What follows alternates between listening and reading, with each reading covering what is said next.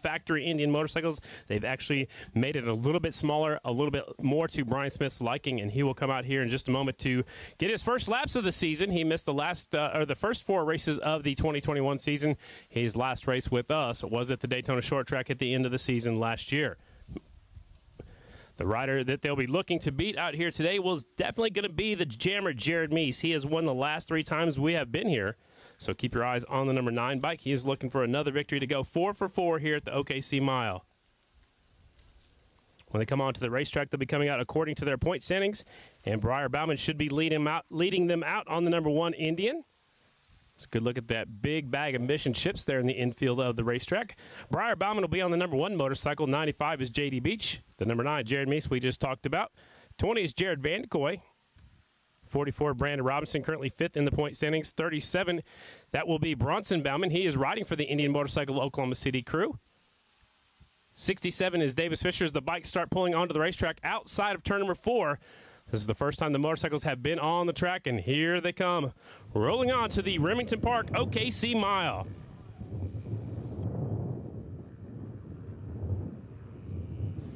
Looks like they're getting a little bit spread out, which is a good move for sure, especially the first time out. Not sure if there'll be any drafting. This track is known to be a little bit loose, and when you're getting the roost of the bike in front of you, you just cannot go as fast. So we'll see if any of the drafting plays a favor a little bit later on. Here comes, off of turn number 4, the 2-time and current defending Grand National champion. That is Briar Bauman on the Factory Indian Progressive Motorcycle Insurance. And look how wide the motorcycle track is. They've got it kind of pushed the loose stuff up to the high side, but Briar drops to the bottom of the racetrack going into turn number 1. Meese back there in the 3rd spot on the racetrack. 95 is J.D. Beach. The 44, Robinson, just goes flying by the 36 of Colby Carlisle going into turn number 1. These are the first laps, and there's Brian Smith on the screen right there on the Crosley Brands Indian motorcycle number 4.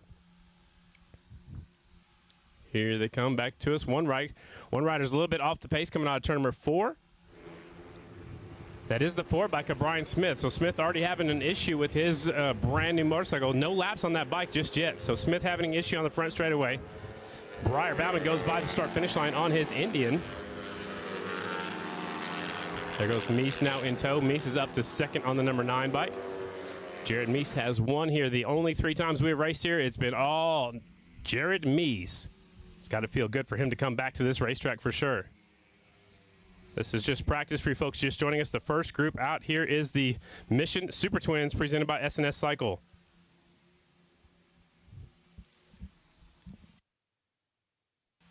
That's Briar Bauman down there at turn number 3 and 4. Now coming off of 4 onto the front straightaway. Briar's won the last 2 championships on the number 1 bike. There is Meese right behind him on the 9.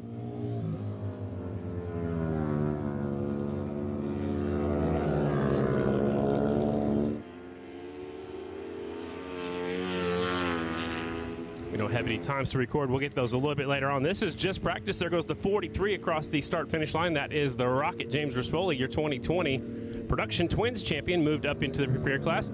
Actually looks like Brian Smith is back on the racetrack at the tail of the field. He's in turn number 2 right now. So Smith ever figured out what he had going wrong on him. He's back on the racetrack.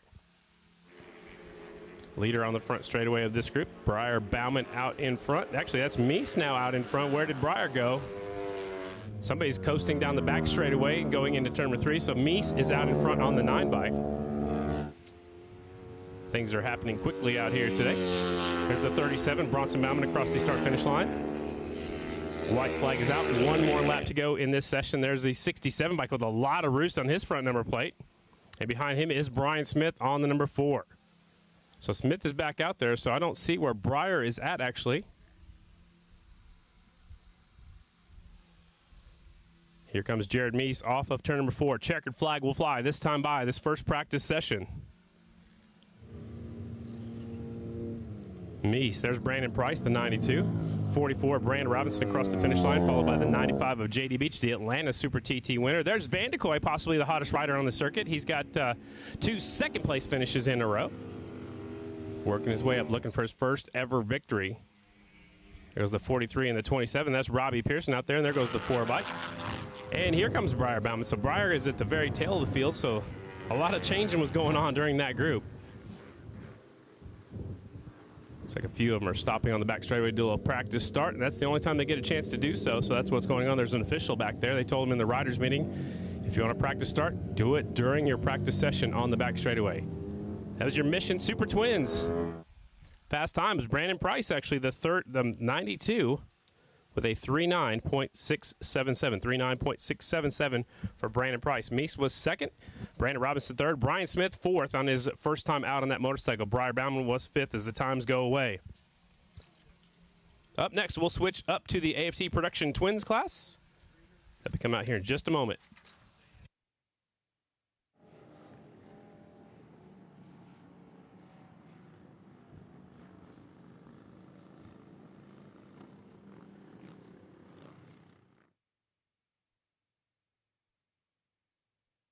Coming up next will be the AFT Production Twins presented by Vance and Hines class. Some of the drone shot right there. That's pretty cool as they're making their way off the racetrack. That's your Super Twins coming off the track. Up next will be the AFT Production Twins class in just a moment. Their practice session is actually scheduled for 5 laps. Production Twins rolling onto the racetrack right now. This is all in one group, I believe. 65, Corey Texter. 49 is Chad Coast. 62 is Dan Bromley. 79, Dalton Gauthier. 68, that is Ryan Varnes. 25 is Ben Lau, the Holly Hot Rod. 64, Danny Eslick. He's on the Kawasaki today. 44, Cameron Smith. 31 is Dylan Bell from Kansas. 42, Jeremiah Duffy. 50 is J Mac, Jimmy McAllister. 71 is Pat Buchanan. 161 is the Cisco Kid, Casey Cisco. 276 is Brian LaFelt. The 15 from Tulsa, Oklahoma, Gary Ketchum. 223, Jeffrey Lowry. And the 99, that is Kevin Stallings. Stallings on the 99 bike. There is Chad Coase on the screen right there, currently second in the point standings. 1 point behind Corey Texter's. Texter's on the 65 G&G Yamaha. And the 49, Chad Coase on that Harley-Davidson. Those are two of the riders we're going to follow all day long. Our storylines. The hard worker versus the beach bum. That's what we're going with up here. Corey Texter putting in all the work. When you ever see Chad Coase, he's always having fun, but he's spending a lot of time just having a good time out at the beach, but he definitely puts in some hard work as well. But he also, in the off weeks, he enjoys having some fun. That's 49, Chad Coase, the California Kid.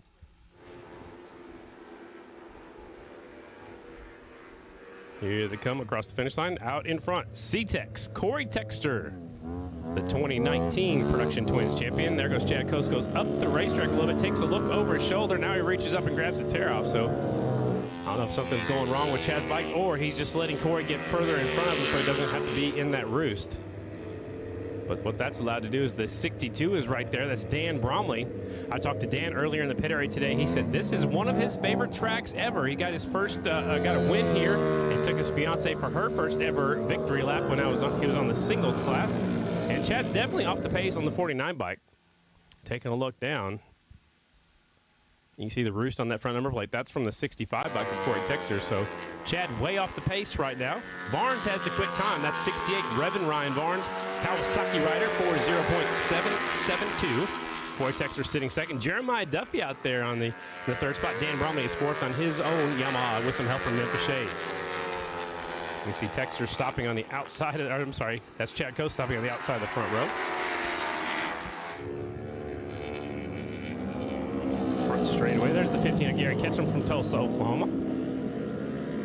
Just 100 miles to the northeast of here. We'll be back here in Oklahoma City at the OKC Mile. Back-to-back days of racing as the white flag comes out for Corey Texter.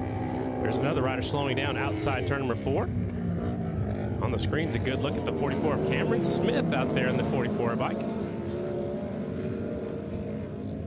Dan Bromley off the pace on the front straightaway. I just mentioned he loves this racetrack as the 68 goes flying by the 31 at the finish line. And these front number plates sure are dirty. Looks like they're getting all dirty like they're at the Lima half mile because there's a lot of roost and they've watered the track. Some puffs of smoke coming out of the 62 bike. There's a bunch of smoke coming out of the tailpipe now of the 62 of Dan Bromley. They're on the inside of the front straightaway. On the screen, 276, Brian LaFelt, 15, Gary Ketchum, and the 50, J Mac, Jimmy McAllister. Is Varnes at the top spot, still the 68 bike. for 0.772 so far for the 68 of Revan Ryan Barnes. Corey Texter second for 1.116, not too far off the pace. You got Duffy third, Dan Bromley fourth, but he did have mechanical. Duffy jumps up there into second on that last lap. Jeremiah Duffy on the Sammy O Racing Kawasaki for 1.034. So on the front straightaway, they pushed a lot of dirt all the way to the outside.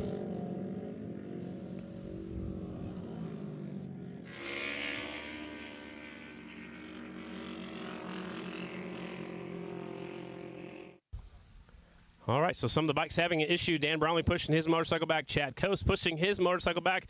I'm Scotty Dubler, the voice of American Flat Track. Let's check in now with my buddy. You may have seen him on MTV on the Headbangers Ball, Ricky Rackman. What's up, buddy? Oh, Scotty, I'm so excited to be here at the OKC Mile. It's so great that the fan walk is going to be opening up, and we're going to see the fans walking through the pits. And, of course, I don't think I need to tell you, but I'll tell everybody now, please remember to stay hydrated, and no, beer does not count.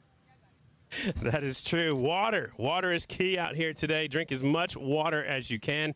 Again, we want everybody to stay hydrated and have a great day as they're starting to put these stripes back down the front straightaway. Those riders just went out there for 5 quick laps. Ryan Barnes looking good out there on the 68, third generation flat tracker. Feeling pretty good. Up next, we have our singles are scheduled to come out. We'll take a look at the schedule. AFT singles, we have 3 groups, and they are going 5 laps apiece. They've split them up into 3 because there are 32 entries today. They will all qualify into a semifinal, and out of those semifinals, we'll take the top 8 to the AFT singles main event. Who's going to win the singles class? We will find out a little bit later on this evening. Some of the storylines we're watching in the singles class.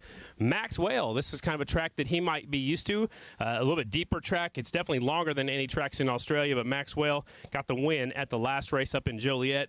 He comes in here with the momentum. Mikey Rush, rushing to the front. He's been on the podium every race this season. And Morgan Micheler mayhem. I like that. Micheler definitely had some issues at the last few laps of the Joliet half mile up there at the last round. Blew up the motorcycle just as he crossed the finish line. So Micheler picked up a new bike from Vance & Hines on his way down here. And Shayna Texter, she goes good out here. She won in 2017.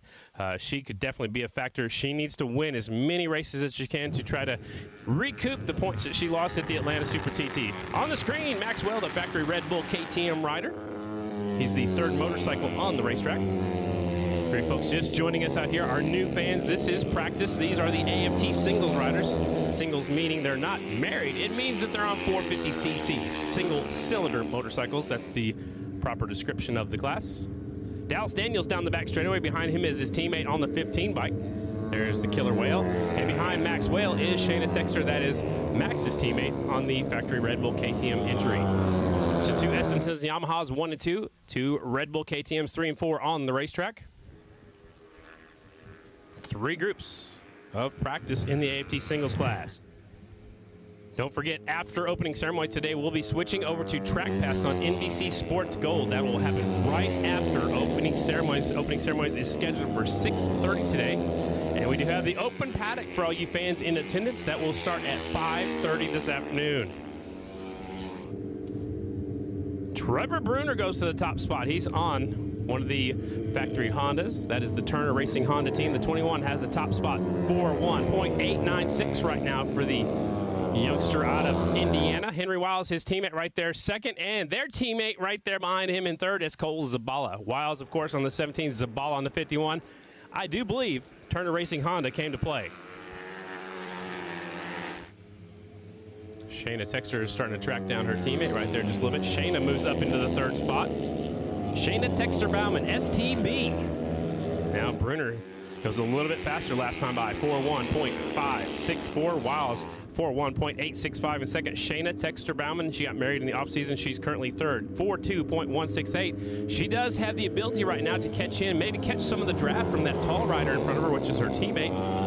There goes Mikey Rush to the high side in turn number 3 and 4. Rush on the 15 bike. Shayna's going to go look up at the high side right now. Here they come off of 4. Estonson Yamahas 1 and 2. Red Bull KTM's 3 and 4 on the racetrack. And then here comes one of the Turner Hondas. Actually, the Turner Hondas are right behind him, 17. Followed by the 51, and there's the 21 a little bit back, just now going across the finish line. The 21's the fastest bike on the track. He's a little bit deeper in the field. He's running the bottom of the racetrack, the shortest way around. Yeah, they're actually racing it up right now. Down the back straightaway, Estenson Yamaha's 1 and 2. Maxwell, there goes maybe a draft pass. Our first draft pass of the day going into turn number 3. Rush is going to take it. Now here comes the 13 of Morgan Micheler, one of our storylines, and there's the 21 of Trevor Bruner. They call him. Yeah, Roos coming off the front tires off these motorcycles. Man, it is loose out there. White flag is coming out from Big P, our flagman. It's Rush and Daniel side by side. Then Shayna Texter and Maxwell side by side. And here comes Henry Wiles closing up on the top 4 riders. Look at that. Looked like Bruner just stood up on the motorcycle to put his weight all the way onto the front wheel. He's working with his teammate Zabala on the 51, Bruner on the 21. In tow is the 13 bike. Here's back to the leaders, the lead group, I should say, on this group. And there's 2 fast groups of bikes, the 21 and the 51. 21's actually tucking in as small as he can. Look, it's starting to get a little bit rough. He's up there above the smoother stuff. Now he's trying to square up the corner, and Zabala didn't let him slide through there at that point. Here they come off of turn number 4. Checkered flag is going to wave right now for the 15 of Mikey Rush. Here comes Dallas Daniels up the inside. Shayna Texter right there. Bruner at the top spot.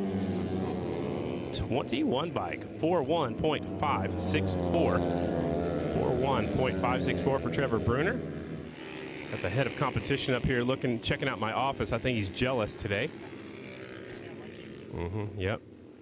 So he's going to be coming over and hanging out with me all day long. Man, my office is going to get busy up here. There's the 48, Trent Lowe at the back of the pack. He decided to go at the very tail of the field in that first group. It's the Wally Brown Racing entry.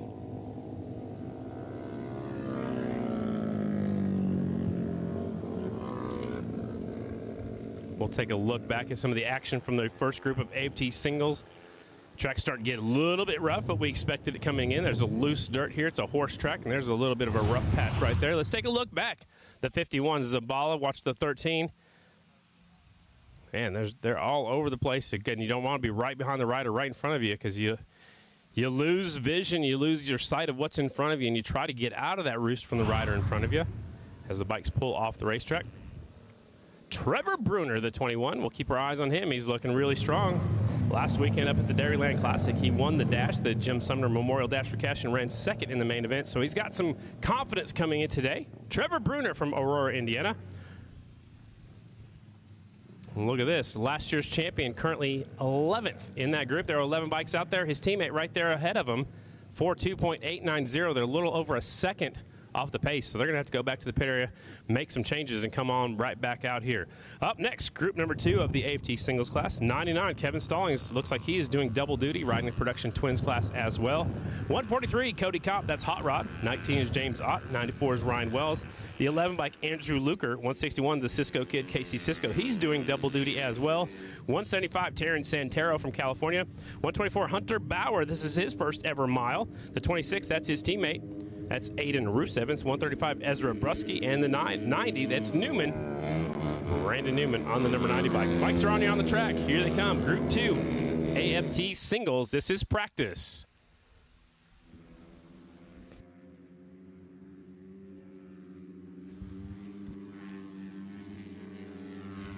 .143 out front, that is Cody Kopp. Behind him is the 99 of Stallings, the 11 of Luker. I love Luker's leathers. I know I say that a lot, but I like the checkered flag.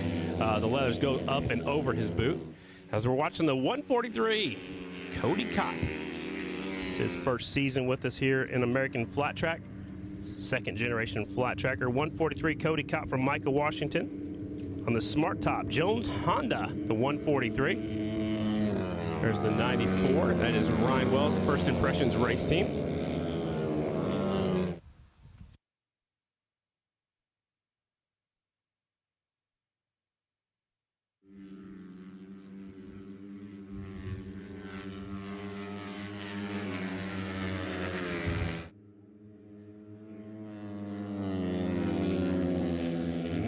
Ryan Wells trying to track down the leader right there. 99, Kevin Stallings, the fastest bike on the track so far. 99 Stallings up to the 8th spot, 42.494. The leader was in that first group. That's Trevor Bruner, 41.564. That is what they're shooting for. This is just practice. There's the 19 of James Ott from Simi Valley, California, and the 11 of Andrew Luker, another California rider. Luker, one of the veterans here in the AFT singles class. He's on the Kieran Racing Yamaha. There's Ott, Luker. Everybody's just trying to get settled in. This is their first time out here. We haven't been here for a few years, so some of these riders have never been here before. When we get to that third group, some of those riders have never been on a mile, just like the 124 of Hunter Bauer. He's never been on a mile as far as I've been told. Call him Showtime. Here comes a group of riders coming across the finish line. Brusky on the 135, and there goes the 26 of Aiden Rusev. It's kind of burping the throttle a little bit going in the corner. You might want to leave it on a little bit longer if you can. Luker pulling the left hand off the handlebar, tucked in and drafting.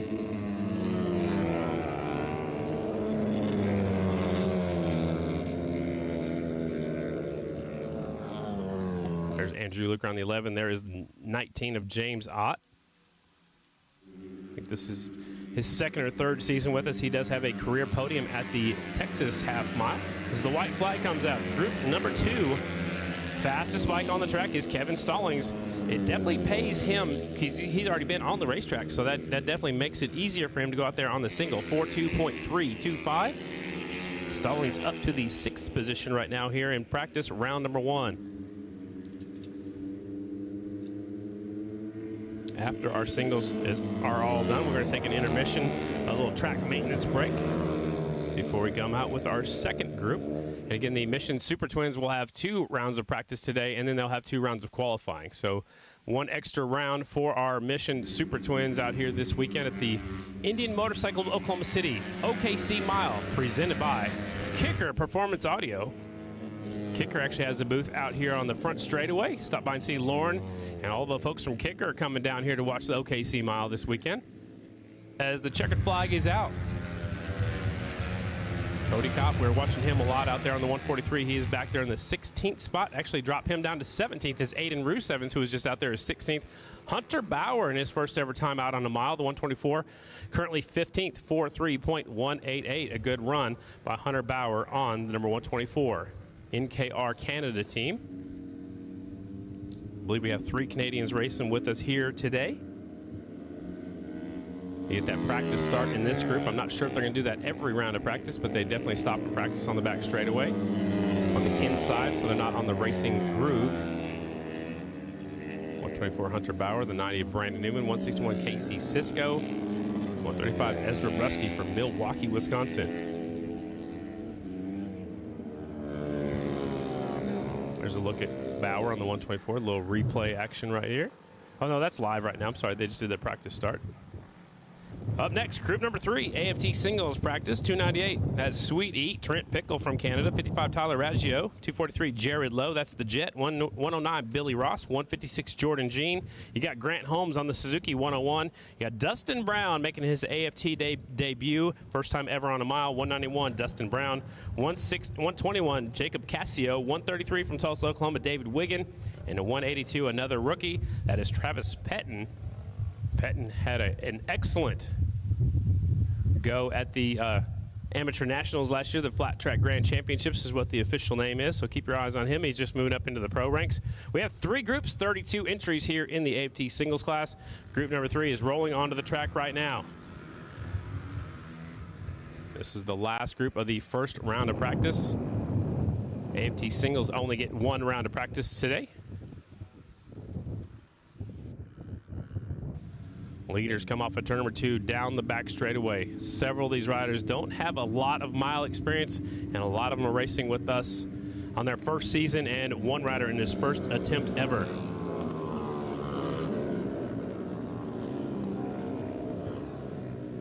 Last group, first round of practice on the racetrack. Leader working through the deep stuff down there in turn number 4. Now onto the front straightaway. Here they come. There's the 191 out in front. Dustin Brown, the Canadian rider. He's a 2-time Canadian champ, actually. He's out in front. His first time ever on a mile. There he is. I love it. His first ever AFT race, and he's leading it. It's got to feel really good. That's good for his confidence down the back straightaway.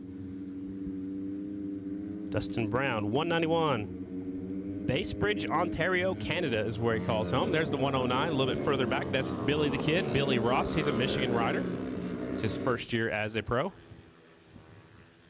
lot of these riders have taped up their motorcycles, so it's hard to see what kind of brand they are. Looks like he might have a little windscreen right there in front of him on top of the 109 number plate for the Roost. Raggio goes by the 101 going down here into turn number 1. Raggio gets by 2 riders down here a little bit deeper in the field on the 55 bike. Taking a look at the leaderboard, Dustin Brown up to 19th. The leader on the back straightaway, Dustin Brown on the Honda, 4.3.797. Travis Pettin in the 21st spot on the 182 motorcycle, 4.2.244. First time out.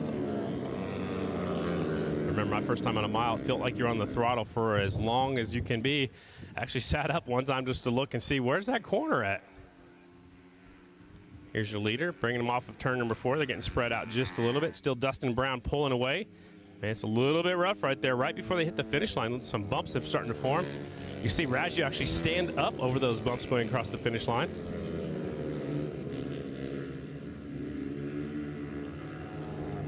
Trevor Bruner still fastest in this session, 4.1.564. Right behind him at 4.1.576 is his teammate Henry Wiles. Shayna Texter-Bauman is third on the 52 bike, 4.2.168. This is the last group of our first round of practice here today. Leader in turn number 4. Big P, our flagman, pulls out the white flag. He'll show him 1 lap to go. Off of turn number 4, Dustin Brown.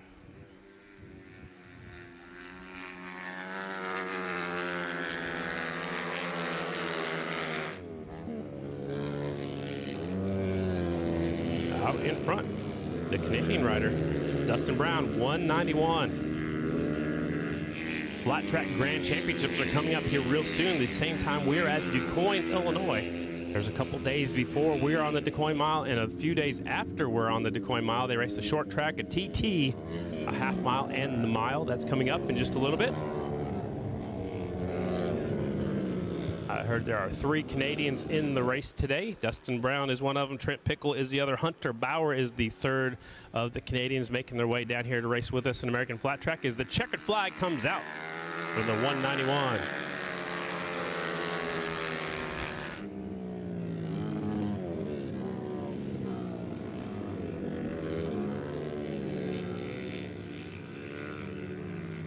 Bruner, 4.1.564. Wiles, second, 4.1.576. The 2 Turner Racing factory Hondas on the singles, 1 and 2. Shayna Texter-Bauman currently third on the factory Red Bull KTM 4.2.168. Trent Lowe in 4th on the 48 bike. He was all by himself at the back of the pack. I found that very interesting. He didn't want to run with anybody.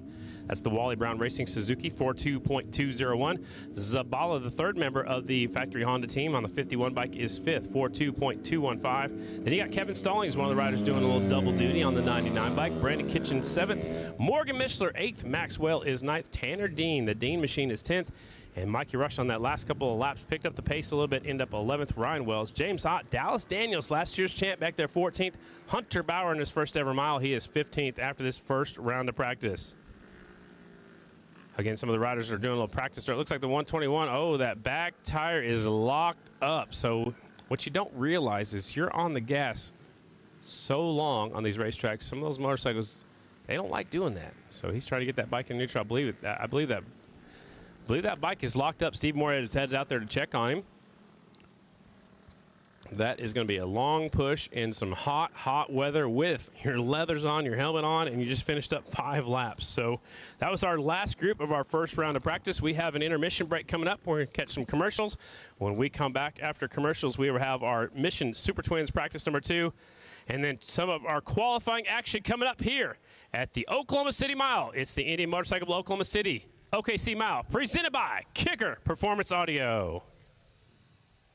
Saturday, June 26th, the Indian Motorcycle Lima Half Mile invades the Allen County Fairgrounds. Come see the top riders of America's original extreme sport battle for fortune and glory on this legendary half-mile dirt oval. Don't miss the 2021 American Flat Track Lima Half Mile, presented by Johnny K's Indian Motorcycle, powered by Drag Specialties. Get your tickets now at limahalfmile.com. Hey, is that your stomach growling? Or the sound of thousands of cc's circling the track? Fuel up for race day with Mission Foods. Rev those taste buds with fast and easy-to-create recipes that are Winner's Circle delicious. Try some of our mouth-watering tacos to piled high nachos, fresh chips with guac, and more. Start those engines, because Mission has you covered from the green flag to the checkered flag. Now that's too fast, too tasty. You own the job. The mornings that start too early. The nights that go too late. And every unexpected, unpredictable, unthinkable, unbelievable thing in between. You own it all. It's good to know you can rent whatever you need from people that do whatever it takes. Let's do the work.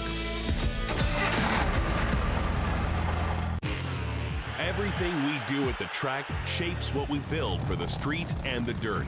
You can see how bad these guys want it. A race to the line. For us, racing is not for the trophies or the glory. We compete because it makes everything we do faster, more durable, and tested to a higher standard. For S&S, racing is the ultimate in proven performance, and we've been proving it since 1958. Arai Helmets started racing in America in flat track, and we've been supporting it ever since. Arai, handcrafted with an obsessive dedication to rider protection. For more information, please visit our website, AraiAmericas.com.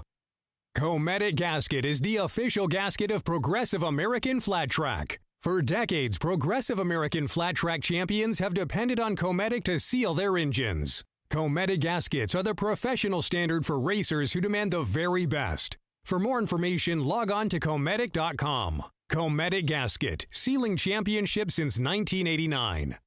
Dunlop is proud to be the official tire of Progressive American Flat Track.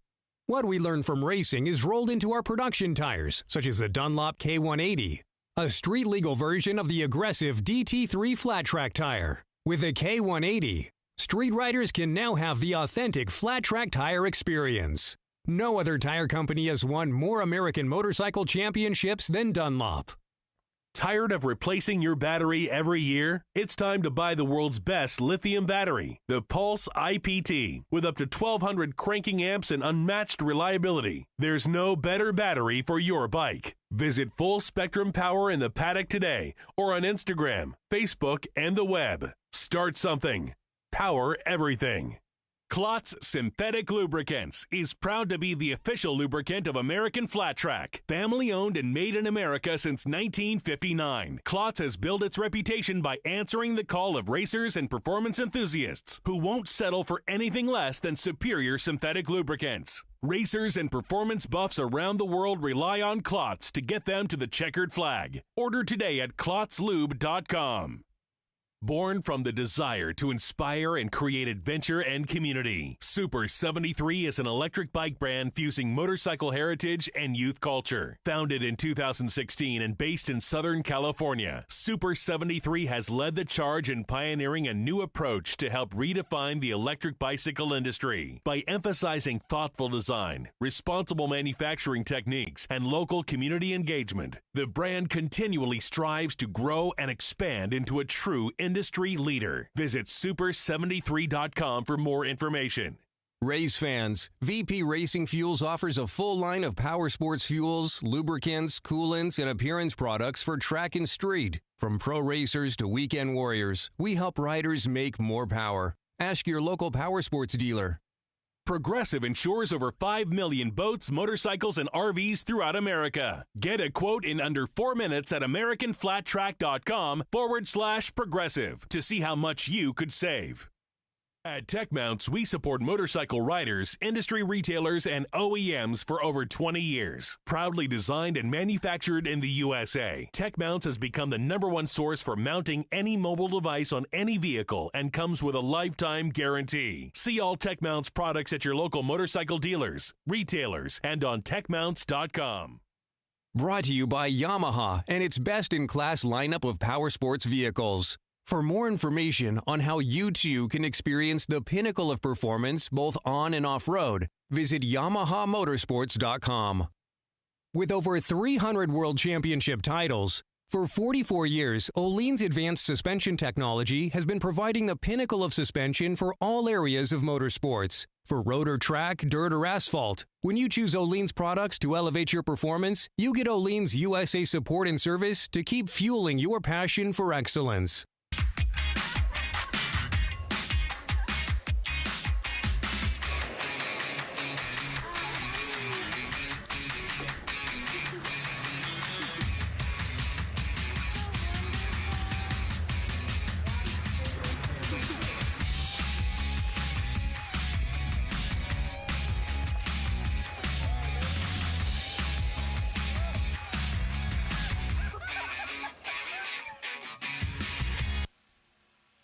And welcome back to the Indian Motorcycle of Oklahoma City OKC Mile, presented by Kicker. We're out here for round number 5 of the Progressive American Flat Track Series. We're in my home state, actually my home city. I'm living in Oklahoma City. I was born in South Dakota, but I call Oklahoma City home, and I'm glad to be here. It is hot for you folks that are at home. How hot is it? Let's check in with Ricky Rackman. It's hot. It's hot, Scotty. It's really hot. And this is another thing that you guys got to remember, that even though this is round 5 of the Progressive American Flat Track Series, this is actually the first race that we've been to a mile. There's some riders that are on new manufacturers, new teams, and attrition is going to be a big factor in tonight's racing. I mean, already we've seen riders like Chad Coase start to have problems with their bikes, and I also think that the tempers are going to be like turned up. Like anything that bugs you a little bit, when it's hot, it's going to bug you that much more. And I think we're going to get a lot of crazy action later tonight. And this track, you know this, Scotty, not only is it hot, but this track is really rough. And it's probably only going to get rougher, right? Absolutely. It'll get rougher throughout the night. They took a lot of the loose surface off, but statistically, every time we've been here, it gets a little bit rough, which makes you have to really ride the motorcycle, which really drains you, especially when it's warm out there. Are you staying cool, Ricky? Are you drinking plenty of water? Scotty, I'm always cool. You know that. You're definitely cooler than me and more famous than me, but drinking plenty of fluids just like our fans are, right? Always drinking plenty of fluids. That's right. Staying hydrated, ready for some great racing. I love it. That's Ricky Rackman down there, formerly on MTV.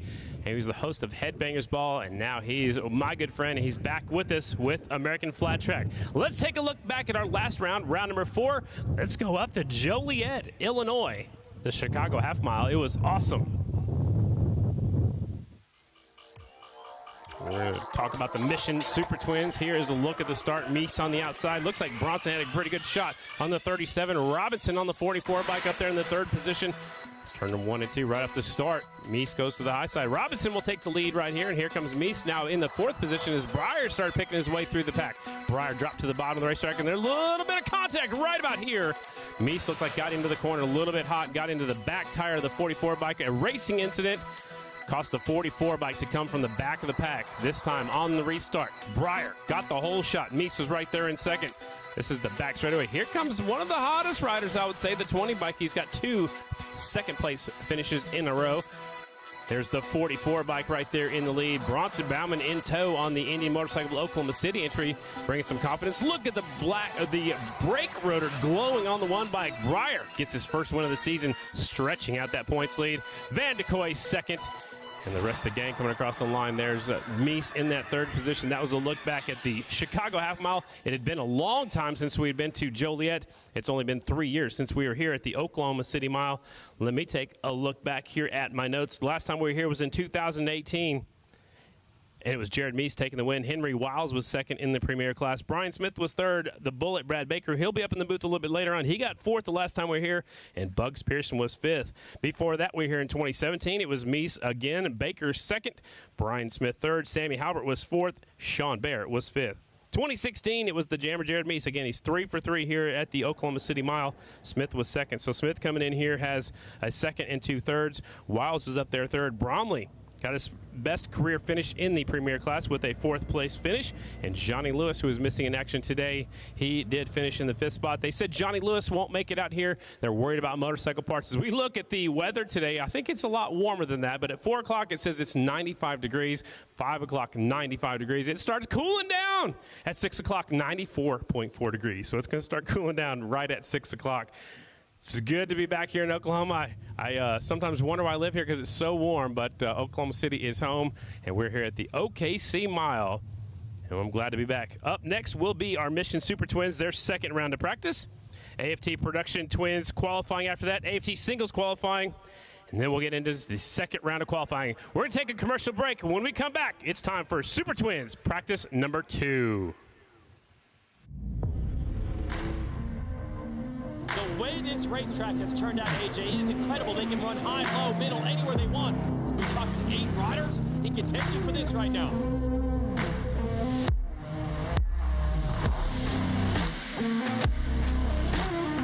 The final corner awaits. Look at this track. Briar Bowman's going to have to use the track. Briar Bowman wins 2 years in a row here at Williamsburg.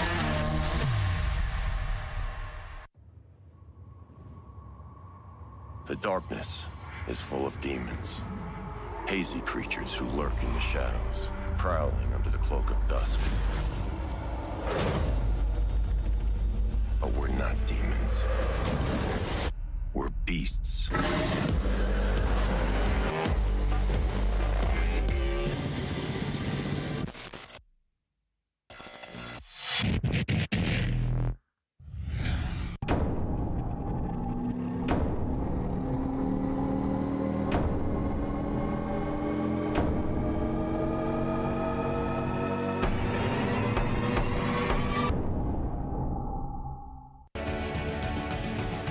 In 2021, Royal Enfield celebrates 120 years of riding pure. The iconic brand will continue to pursue its efforts in the production twin class and the Build Train race program. After a successful first-year campaign, Royal Enfield looks to improve on last year's effort. For more information, please visit royalenfield.com.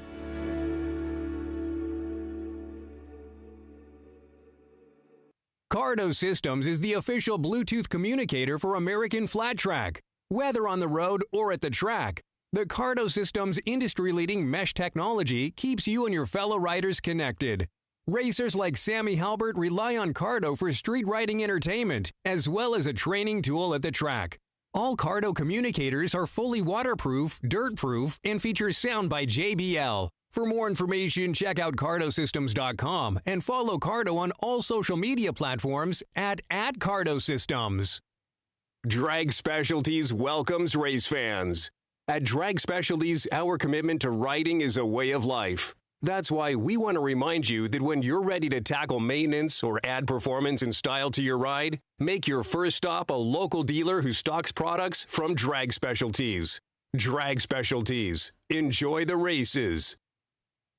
Looking for more power? E3 spark plugs deliver more power, better fuel efficiency, and reduced emissions. The secret is in the patented diamond-shaped ground electrode that promotes a more complete burn of the fuel. Proven on the dyno and on the racetrack, the official spark plug of American Flat Track helps power champions on 2 wheels and 4. Winners run E3. What are you running? Rocky Mountain ATV MC is proud to support the Progressive American Flat Track Red Bull KTM singles team and racers everywhere from start to finish by being the primary source for off-road gear, parts, and accessories. RockyMountainATV/MC.com. Get ready. Sideburn is the world's finest Go Fast, Turn Left magazine. It is available to buy at Progressive AFT's trackside merchandise booths and is the official magazine of Progressive American Flat Track. For more information, visit sideburnmagazine.com. Hold on to your burritos because things are about to get too fast, too tasty. Mission Foods is a proud sponsor of the AFT Super Twins. Add Mission to your race-watching snacks for mouth-watering race day flavors. Mission Foods. Too fast, too tasty. You don't take greatness for granted, and neither should your gear. We are Torch Eyewear, and we design sunglasses for protection, performance, and chasing your passion.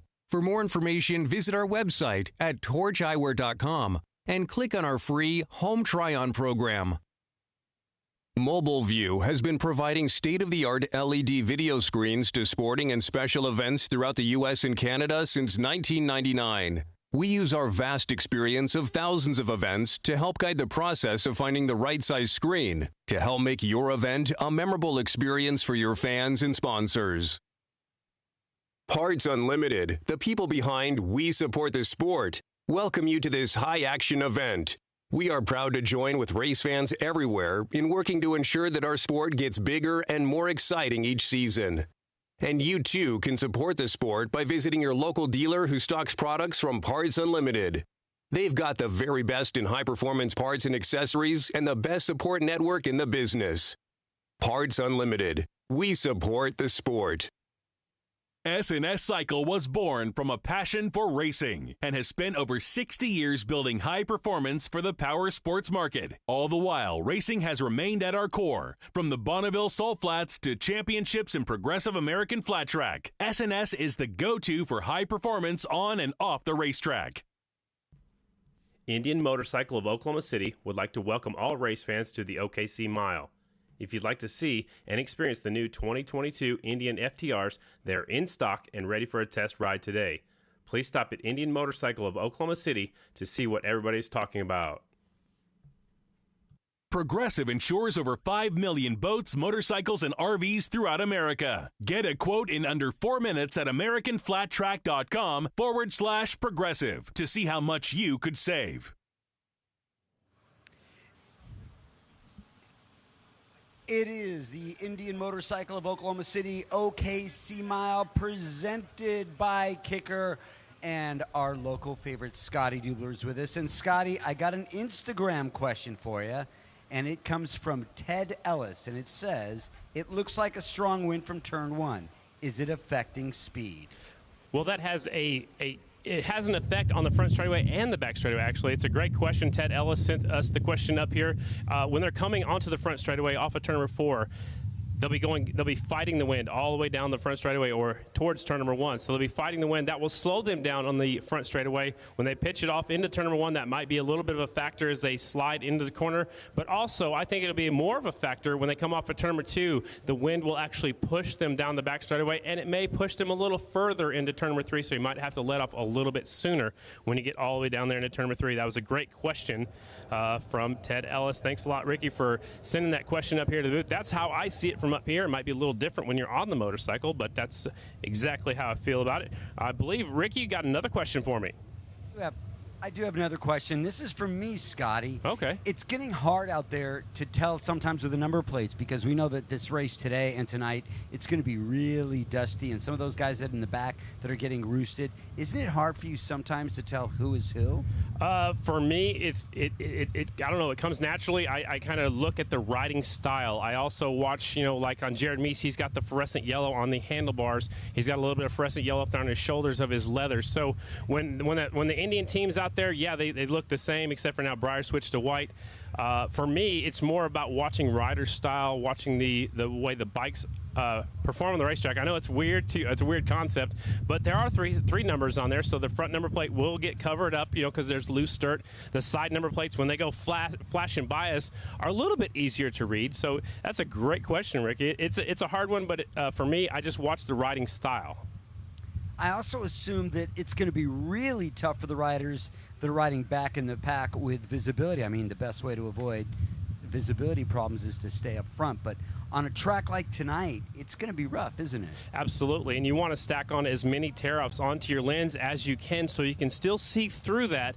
But if you're behind somebody, you want to be able to reach up, grab off a clear piece of that really thin plastic, rip that off, and you do that on the straightaway unless you really have to. Then you can do it in the corner, but rip off a tear-off, and then you have clean vision for the next little while. But the best thing is, like you said, Ricky, to be out front, or another thing is, do not follow the rider directly in front of you. Get out of that roost coming off that back tire, because it's coming off there as fast as possible, and you're going as fast as possible. So it's coming at you really hard, and it sticks to those lenses and to your body actually too. So you do not want to follow the rider in front of you if at all possible. Which makes it really tough when you're on a mile where drafting can sometimes be so important. So you want to be right behind the guys. So that's also going to play into their riding factor style as well. Absolutely, and that's where strategy will come in a little bit later on. We only saw one really draft pass, and it was down the back straightaway going into turn 3. It was actually the Estenson Yamaha teams of Dallas Daniels and Mikey Rush. Maybe they went out there with a plan to try that out in practice and see if that was going to work. depending on how smooth the track is, you can see they're still working on the front straightaway right now to make it as smooth as possible. You will see some draft passes a little bit later on. I believe when the track keeps coming in, moisture will come up a little bit later on tonight. So I believe we'll see some draft passes, but not maybe as much as we would see typically like at the Springfield Mile or the Sacramento Mile, the tracks that get hard packed. This track typically remains a little bit loose, a little bit loamy, a little bit deep.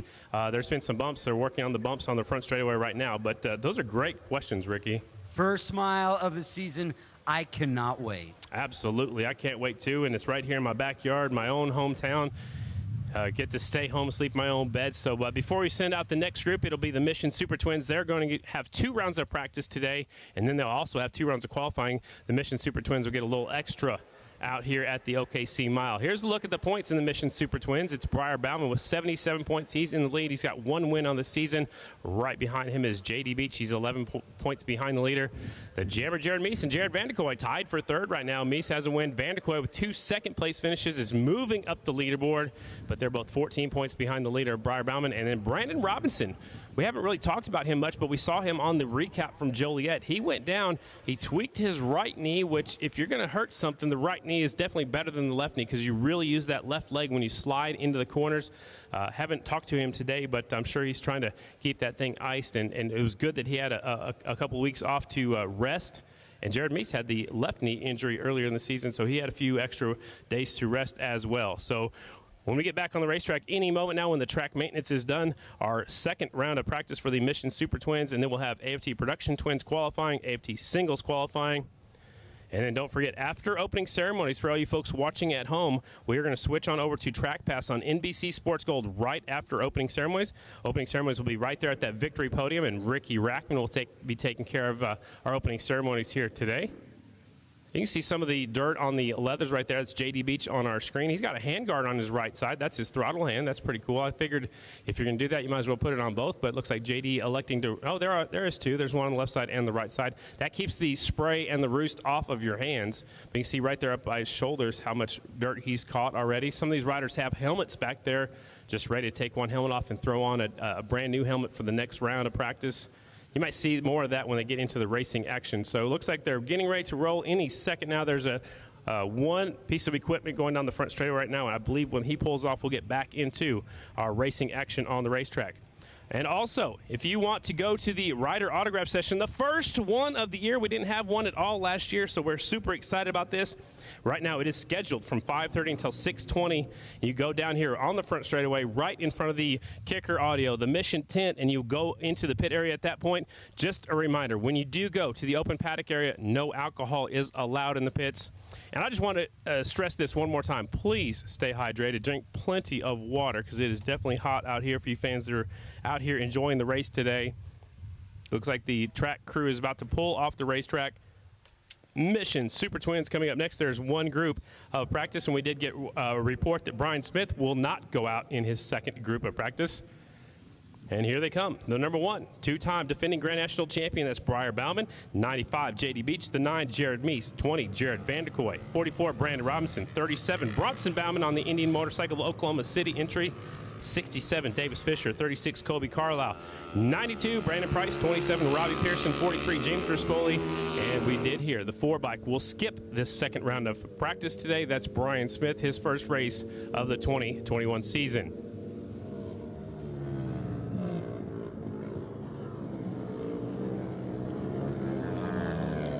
Got another question just sent up here to the booth, and they're wondering, is this J.D. Beach trying to see if he can keep up with the Indians? And I believe the answer to that would be yes. He's out there. He went right out behind the 1-bike. We saw that at Volusia. J.D.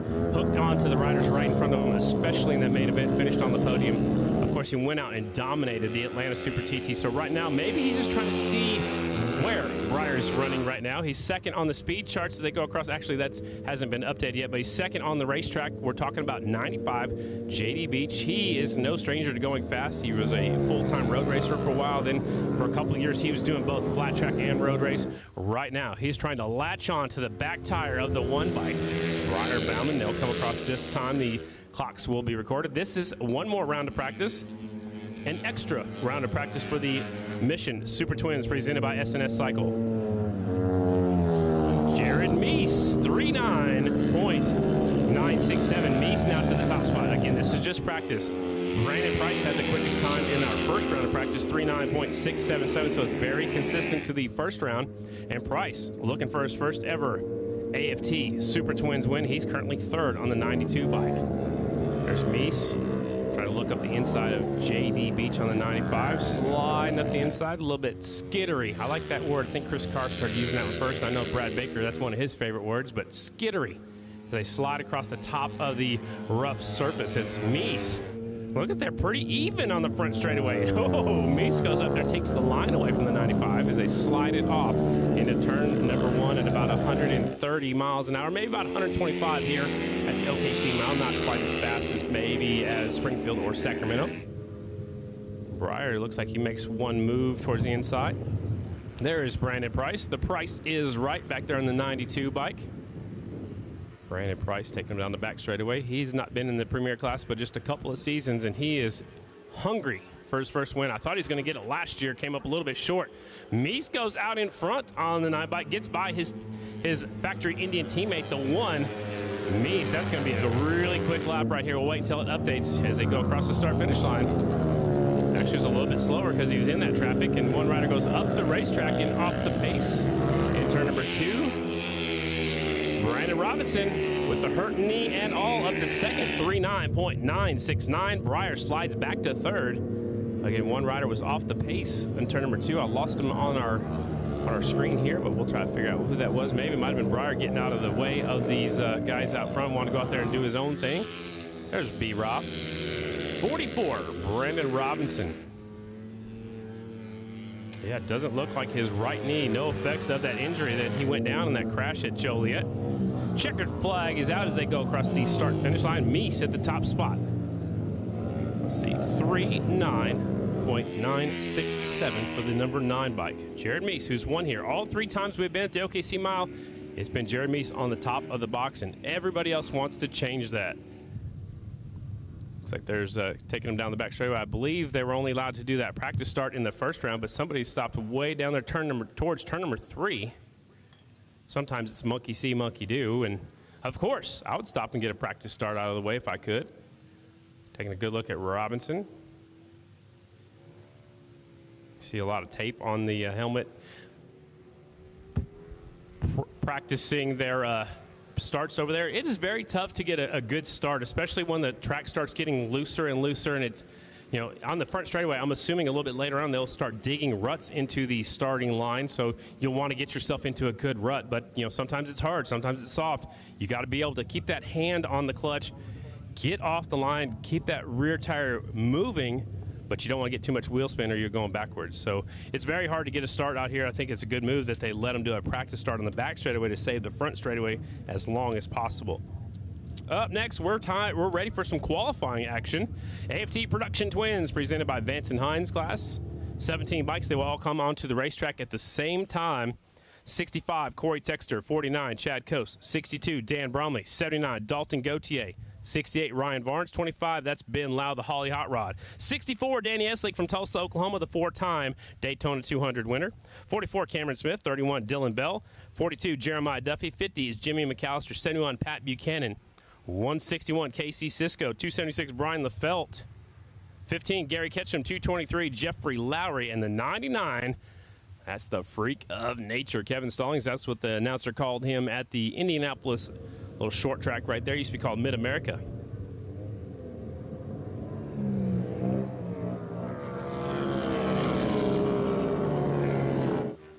'65, C-Tex out in front.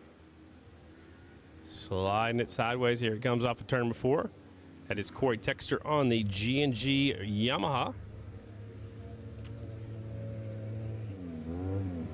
We haven't run the Production Twins here before. All these rides, some of these riders were racing in other classes. There was a GNC2 class. There was AFT singles before.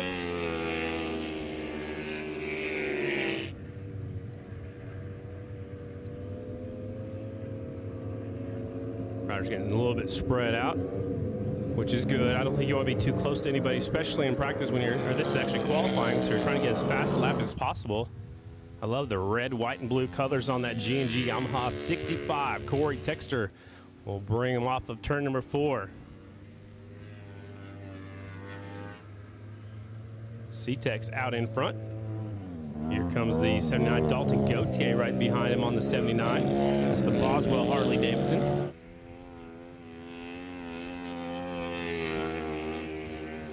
Everybody else getting a little bit spread out. Corey Texter now drops back to second. Varnes back to the top spot.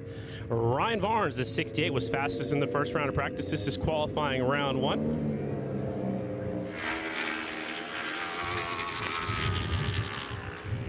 These times will count. There is the 79 of Dalton Gauthier taking a look over his shoulder. Former singles champion in the production class. Gauthier second on the racetrack. Looking back for Varnes, he's got the bright green leathers on. He's coming across the finish line right now. The 68 bike. A lot of duct tape all over that gas tank. They want to protect the paint job as good as they can. They don't want to tear it up out here with this loose dirt. You'll see some more of that next weekend. We go to the Ohio National. Lime, Ohio is next weekend. Jeffrey Lowry out there in the 223. It's good to see him back on the circuit. There's Varnes. He's got the clean number plate. He's catching up to Slick on the 64 bike. Slick is on the McGrain Racing bike. He was supposed to be on the Triumph today. The Triumph was not quite ready to go, so he called Tom McGrain. They made the trip out here, Tom Sr. and Tom Jr. McGrain Racing on the sponsor list for Eslick, R&D Machine, Arai, Bill Gately. Some of the sponsors on the 64 bike. Here comes the 68 cutting through the traffic. Goes by the 64, goes by the 62, passes 2 guys. Goes off into turn 1, still Varnes. Now it's actually Jeremiah Duffy, the 42, goes to the top spot. Jeremiah Duffy, the 42 bike from Guilford, Indiana. He's on the Sammy O Racing. Geiger Construction Kawasaki goes to the top spot. 41.015. There's Varnes. It's bright green leathers, easy to find out there, just like C-Tex. His red, white, and blue leathers on the front. He's also easy to find. And here comes the checkered flag. Corey Texter way out in front, currently 3rd in this round of practice, or qualifying, I should say. 41.576. Looks like Duffy might hang on to the top spot. Duffy a little bit further back in the pack, actually looking for him. He's all by himself. He's deeper in the field. Varnes looks like we'll settle for 2nd in this round. There's Dylan Bell across the finish line, the 31 Harley-Davidson. 161 at KC Cisco. There's 42. Duffy's coasting across the line. Still is your fast qualifier. 41.015. So track's slowing down just a little bit right now.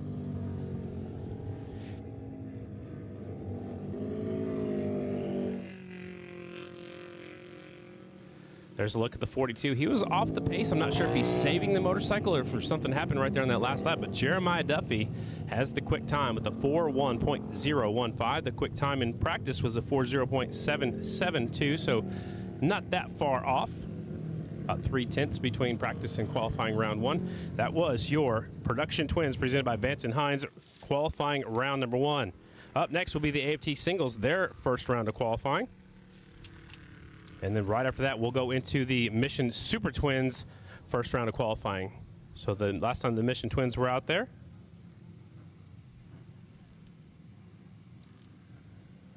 so the Mission Twins actually get an extra chance. There's a look at 42, Jeremiah Duffy. That's the Sammy O Racing Kawasaki. 41.015 will be quick time so far in the Production Twins. Up next, AFT Singles. 3 groups, 32 riders. Only the fastest 16 out of their semifinals will make it into their main event. Number 1, Dallas Daniels. 15, Mikey Rush. 18, Max Well. 52, Shayna Texter Bauman. 13, Morgan Micheler. 48, Trent Lowe. 21, Trevor Bruner, who was quickest in practice. 17, Henry Wiles. That's the Hammer. 38, Tanner Dean on the First Impression Race Team. 105, Brandon Kitchen on the Husqvarna. And the 51, that's Cole Zabala. That's a good look at the infield. There's actually a couple, actually 2 different ponds there in the infield by the grass track. That's in one of the ponds right there. Looks like they came out to watch the motorcycle races out here at the OKC Mile. There's a look at staging. They come down a hill. They actually pit up the hill. Let's check in real quick with Ricky Rackman. Ricky, what's up? Thanks, Scotty. One of the things that we're noticing is some of the riders aren't going out for practice. Brian Smith didn't. Chad Coast didn't go out for the second round as well, but the reason that Chad Coast didn't go out is because his number 49 just stopped running during practice. I'm not going to make any assumptions on what's going to be happening, but he seems to be taking a lot of looking at one of James Rispoli's bikes, and it looks like they're taking the seat off. So is it a possibility that maybe the Chad Coast might go to one of Rispoli's 43? I don't know. We'll have to see. It sure looks like if they're over there. If he's over there in the 43 pit area, he might be making a rider switch. Of course, that was Ricky talking about Chad Coast, who normally runs 49. He's taking the seat off, maybe the tail section. Here comes the singles. It's a freight train on the front straightaway. Whale is out front. Shayna Texter Bauman behind him. Here comes the Estenson Yamahas. Trying to get by Shayna going into turn 1. No, not happening in that groove, or not at that entrance to turn 1. It got kind of crazy for a second. Whale out front. The 18 bike will lead the group off of turn number 2. They're going to go down the back straightaway. This is round number 1 of qualifying for the AFT singles. 3 groups, and then we'll have the first round of qualifying for the Mission Super Twins right after that. And then we'll do a little bit of track maintenance. It's a big group of riders bringing them off of turn number 4 onto the front straightaway. Look at this. Here they come. Whale's going to lead the group. Oh, wow. They're almost touching for second and third place. Mikey Rush almost got into the back tire of Shayna Texter Bauman. Looked like he maybe wanted to see what the draft was like here on the front straightaway. It's a little bit rougher on the front side than the back side. And I don't think I'd want to be in the high line. Whoever that rider is going to go the wrong direction, catching all the roost of those riders right in front of them. Let's go back to Ricky Rackman one more time. Ricky, what's up? Another question for you, Scotty, that we're getting on the Instagram page, and this one is about track conditions. And I think I know the answer, but the question is, why are certain parts of the track so smooth while certain parts are so rough? Is it basically because there's certain grooves that a lot of the riders are taking and that's making it rough, or is it the surface? I believe it's just the track surface, because at some points it's really hard and it's really nice, and then the other parts looks like it's a little bit softer, so it might be just the way the dirt is on the racetrack. And we got three wide for the lead over here in turn number 2. Some of the riders taking some different lines, but Ricky, I think it's just the different surface on the racetrack. They've drug off a lot of the loose stuff that the horses normally ride on or run on, and it's just softer in some places. That's about as best I can tell. It's easier to see from up here. It looks like they're wet spots. I believe that's where the softer spots are. The lighter spots are a little bit drier.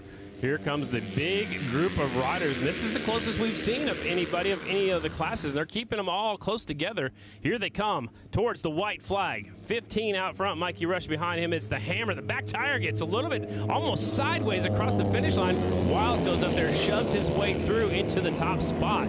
This is just qualifying, folks. Trevor Bruner, T-Money, still fastest out here in qualifying, 4:1.794. Look at this, the broiler, Brandon Kitchen right there, second on the 105, Husqvarna, 4:2.340. Wiles is third, Trent Lowe is fourth. He's the bright yellow motorcycle, about fourth, now fifth on the racetrack. In line, there's a good look back in a little bit deeper in the field, the 21 of T-Money, Trevor Bruner. Quickest here in qualifying. Checkered flag will fly this time by. Here comes the big group of riders off of turn number 4 to the checkered flag. Rush gets back in line this time. Maxwell trying to go by Rush right at the start-finish line, not able to make that pass. Trevor Bruner, this might be the night for his first ever win on the American Flat Track Circuit. Right now he's looking really strong, 4:1.794, just 2/10 off of his practice time of a 4:1.564. He's on the Turner Racing American Honda bike. He's feeling pretty good. He wasn't up there with the lead group either. He was a little bit further back. Bruner in the top spot here in qualifying.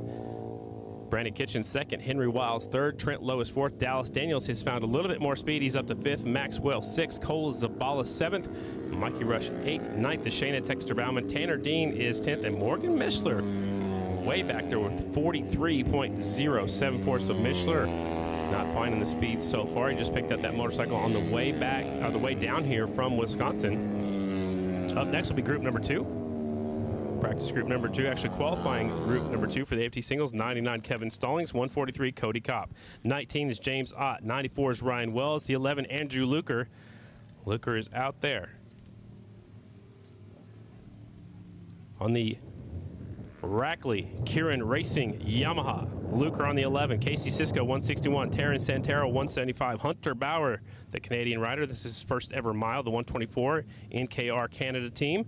And his teammate, the 26, Aiden Roos Evans, that's the Waters Auto Body KTM, the 26 of Roos Evans. 135, Ezra Brusky. The 90 is Brandon Newman. That is group number 2. This is qualifying round 1 for our AFT singles.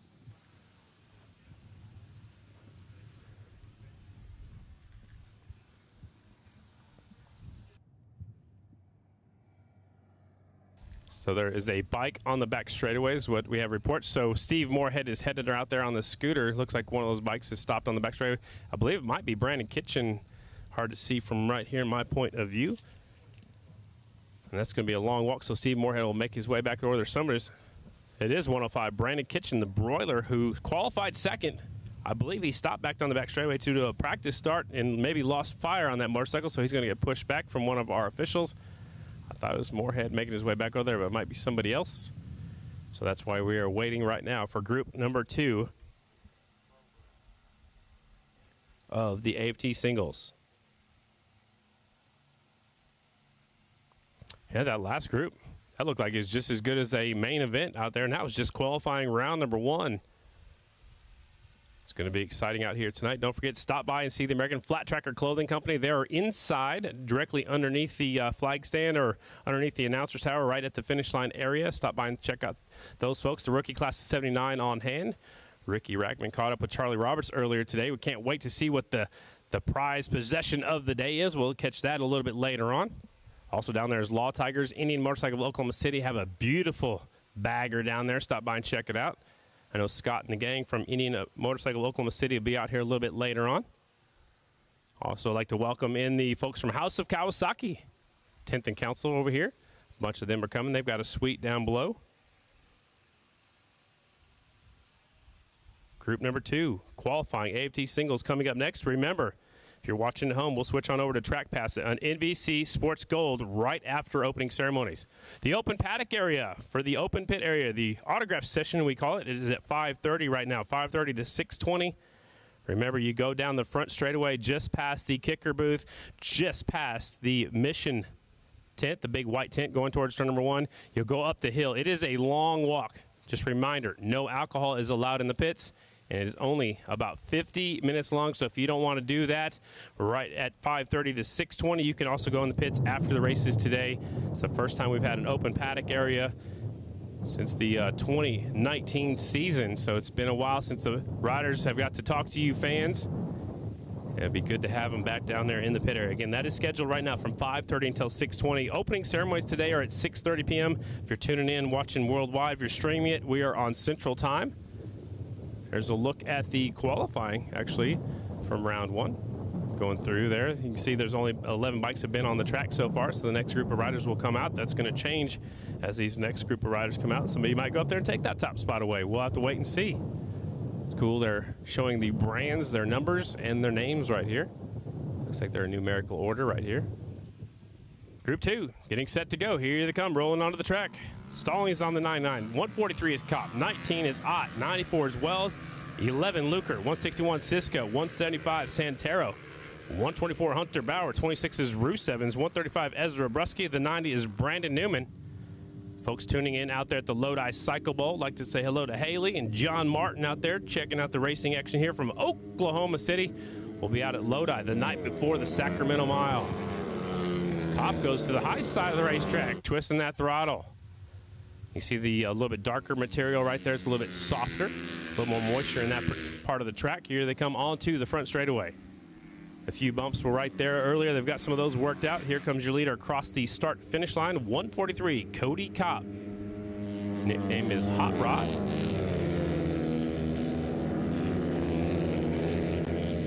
'19, James Ott from Simi Valley, California. Behind him looks like one of the First Impression Race Team's bikes. One of the Hondas. It's 94 Ryan Wells trying to get in the draft. These guys, you try to get as small as you can to break his, the slide through the wind as quickly as possible. So that's why they all tuck in and draft. It's a little bit more noticeable on the Springfield Mile, Sacramento Mile, stuff like that. But again, here on this track, these 450s, that wind drag just sucking the horsepower down. Ott goes to the top spot. James Ott gets by the 143 of Cody Kopp. This will be the first lap through. James Ott moves into 5th. Kevin Stallings up to 2nd on the 99 bike, 42.249. Fastest bike on the track is the 99 from Indianapolis, Indiana. Kevin Stallings. Here's the freight train on the back straightaway. 19 again is Ott, 143 is Kopp. They're running the handguards. Looks like the first 3, now maybe 4 of them are running them. Here's a look back to the 11 of Luker. There's Terrence Santero, the 175 Kawasaki. I believe he might be the only Kawasaki in the field. There's a look back to the 135 Ezra Brusky from Milwaukee, Wisconsin. Cody Kopp sneaks a peek up the inside, gets back in line behind Ott. Fastest bike on the track is Stallings. Hunter Bauer, the Canadian rider, is up there in the 7th position. NKR Canada, Waters Auto Body KTM. There's the 99. Quickest bike on the track right now is 99, Kevin Stallings, 42.249. Can he get the top spot away from Trevor Bruner? He reaches up, grabs the tear-off down the back chute. He's actually starting to sniff a little bit of the draft behind the 94 of Ryan Wells. That might help out on this lap, but he slips a little bit wide over here. Still leaving the throttle wide open. Stallings. He'll get back in line behind Wells. Here's a battle side by side for the top spot. Here they come. Oh yeah, look at Wells. And the 99 Stallings got right back in line up right there as they went to the white flag. Stallings ducked in, trying to get a little bit of draft as they went across the start-finish line. Stallings running about two lanes higher in the corners. And it actually looks a little bit smoother where he's running than the rest of the leaders in front of him. Stallings in 2nd. Hunter Bauer, the Canadian rider, up there to the 5th spot. Last time by, 44.427. His quickest lap of this session. Hunter Bauer, he nicknamed him Showtime. He's up there to 5th. Trevor Bruner still at the top spot. 2nd. Kevin Stallings, the freak of nature, is out there on the 99 bike. Checkered flag's going to fly right now as they cross the start-finish line.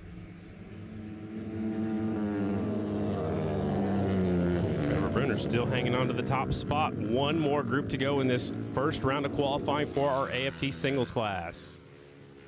I like it after the checkered flag. You go up to the high line, go up to the deep stuff, pitch it sideways, grab a handful of throttle, and let that rear wheel kick out sideways. That's Stallings on the 99. There's 124 Hunter Bauer. We talked about him just a little bit ago. He's on the NKR Canada with help from the Waters Auto Body team. They kind of hooked up this year to have a strong presence on the privateer KTMs. And the 124 has brought some help, actually, from Canada. Doug Lawrence used to be national number 73. Doug Lawrence helping out the 124 of Hunter Bauer. He's the rider coach and kind of helping him through. And he's out here racing his first ever mile with American Flat Track. A couple others are as well. 124 Hunter Bauer getting a nice little practice start right there. He is currently 5th on the 124 bike.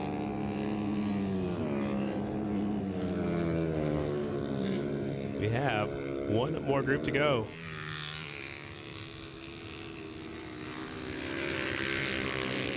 I was corrected. Yeah, Trevor Bruner has won the Springfield short track, or Springfield TT. I believe it's Springfield short track, but he is looking for his first win. So I was corrected. I thought I spoke earlier that Bruner hasn't won a race yet. He hasn't won one yet in 2021, but he has won the Springfield short track, I believe. So Bruner looking really strong out there on the 21. Thanks, Lynn, for correcting me on that one. Lynn Saunders. Track is just about clear. Up next, group number 3, final group of our first round of qualifying for the AFT singles. 298, Trent Pickle. 55, Tyler Raggio. 243, Jared Lowe. 109, Billy Ross. 156, Jordan Jean. 101, Grant Holmes. 191, Dustin Brown. 121 is Cassio. 133, David Wiggin from Tulsa, Oklahoma. And the 182, that is Travis Pettin the 4th.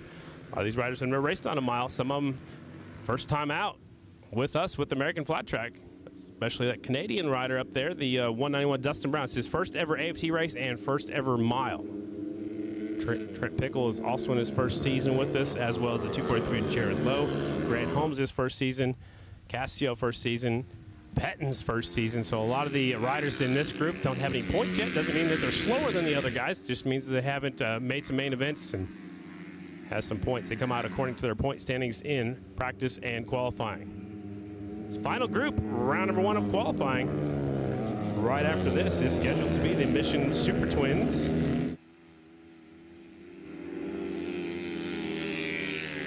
Qualifying number one. Actually, we're going to take a short break after this one, it looks like, and then we'll have our Mission Super Twins qualifying round one. So after this group is all done, we'll take a break in the action, do some track maintenance, and then come back with the Mission Super Twins first round of qualifying. There's Jared Lowe. That's Trent Lowe's little brother. 243 slides up the inside, trying to make the pass.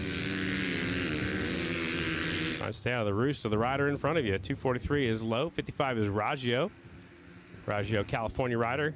Cut his teeth out there at the Lodi Cycle Bowl. 109. It's Billy the Kid. Billy Ross. Behind him is Dustin Brown. Dustin Brown looking for a way through.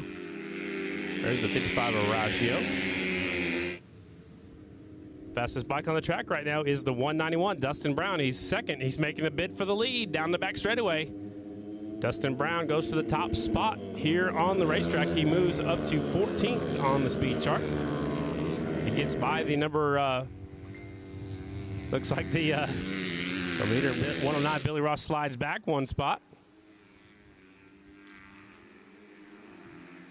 191 leads the group on the front straightaway. Dustin Brown from Ontario, Canada, gets by Billy Ross last lap.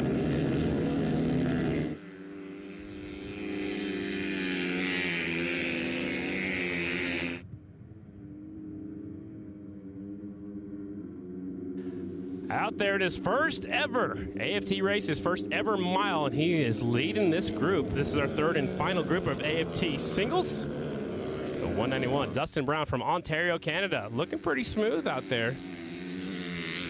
He got by the 109 of Billy the Kid.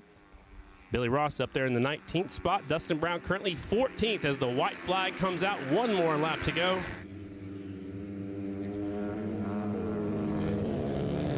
Everybody got a little bit spread out here in this final group of qualifying for the AFT singles.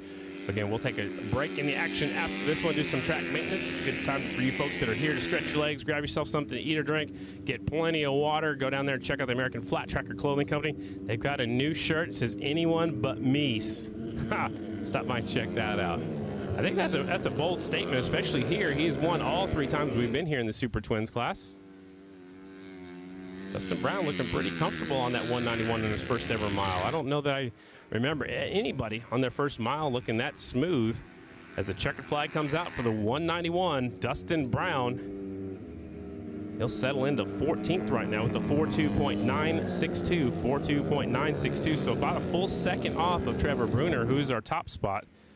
Only one bike in the 41 second range. That's Trevor Bruner on the 21 bike, 41.794 for Bruner. Stallings will settle for second here in this first round, 42.249. Brandon Kitchen is third. Hopefully nothing happened to that motorcycle. They had to push him back in after that last round of qualifying. Looks like everybody's going to stop back there and do a little practice start. I'm going to keep talking about this all day long, but you folks, please drink plenty of water. It's very hot out there. We want to make sure everybody enjoys the entire day of racing out here. Take a look at the schedule for the rest of the day. After this track break, to work on the racetrack, we'll come back with the Mission Super Twins qualifying round 1, AFT Production Twins qualifying round 2, AFT Singles qualifying round 2, Mission Super Twins qualifying round 2. Rider autograph session coming up at 5:30 to 6:30. You go down the front straightaway again at 5:30, right front of the Mission tent. So we're at the OKC Mile. It's the Indian Motorcycle of Oklahoma City OKC Mile, presented by Kicker Performance Audio. We'll come back. More qualifying up next.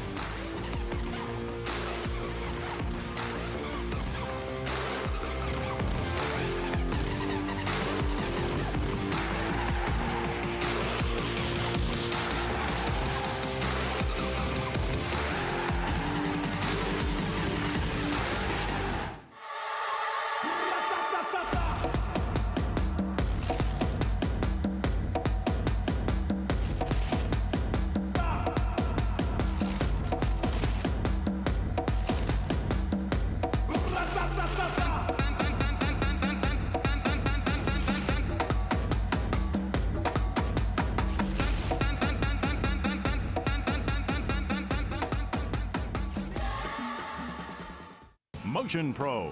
We make innovative tools and products that help you maintain and repair motorcycles, ATVs, and UTVs. Like the patented Pro-Fill Air Chuck, helping you manage tire air pressure on your motorcycle, ATV, or UTV. Easily adjust the Pro-Fill Air Chuck. Get past hot disc brake rotors with the pivoting angled head. Connect it with an airline. Or pair it with a Motion Pro digital tire pressure gauge. Reach for the Pro-Fill Air Chuck to manage your tires. Get yours at motionpro.com or visit Power Sports stores nationwide.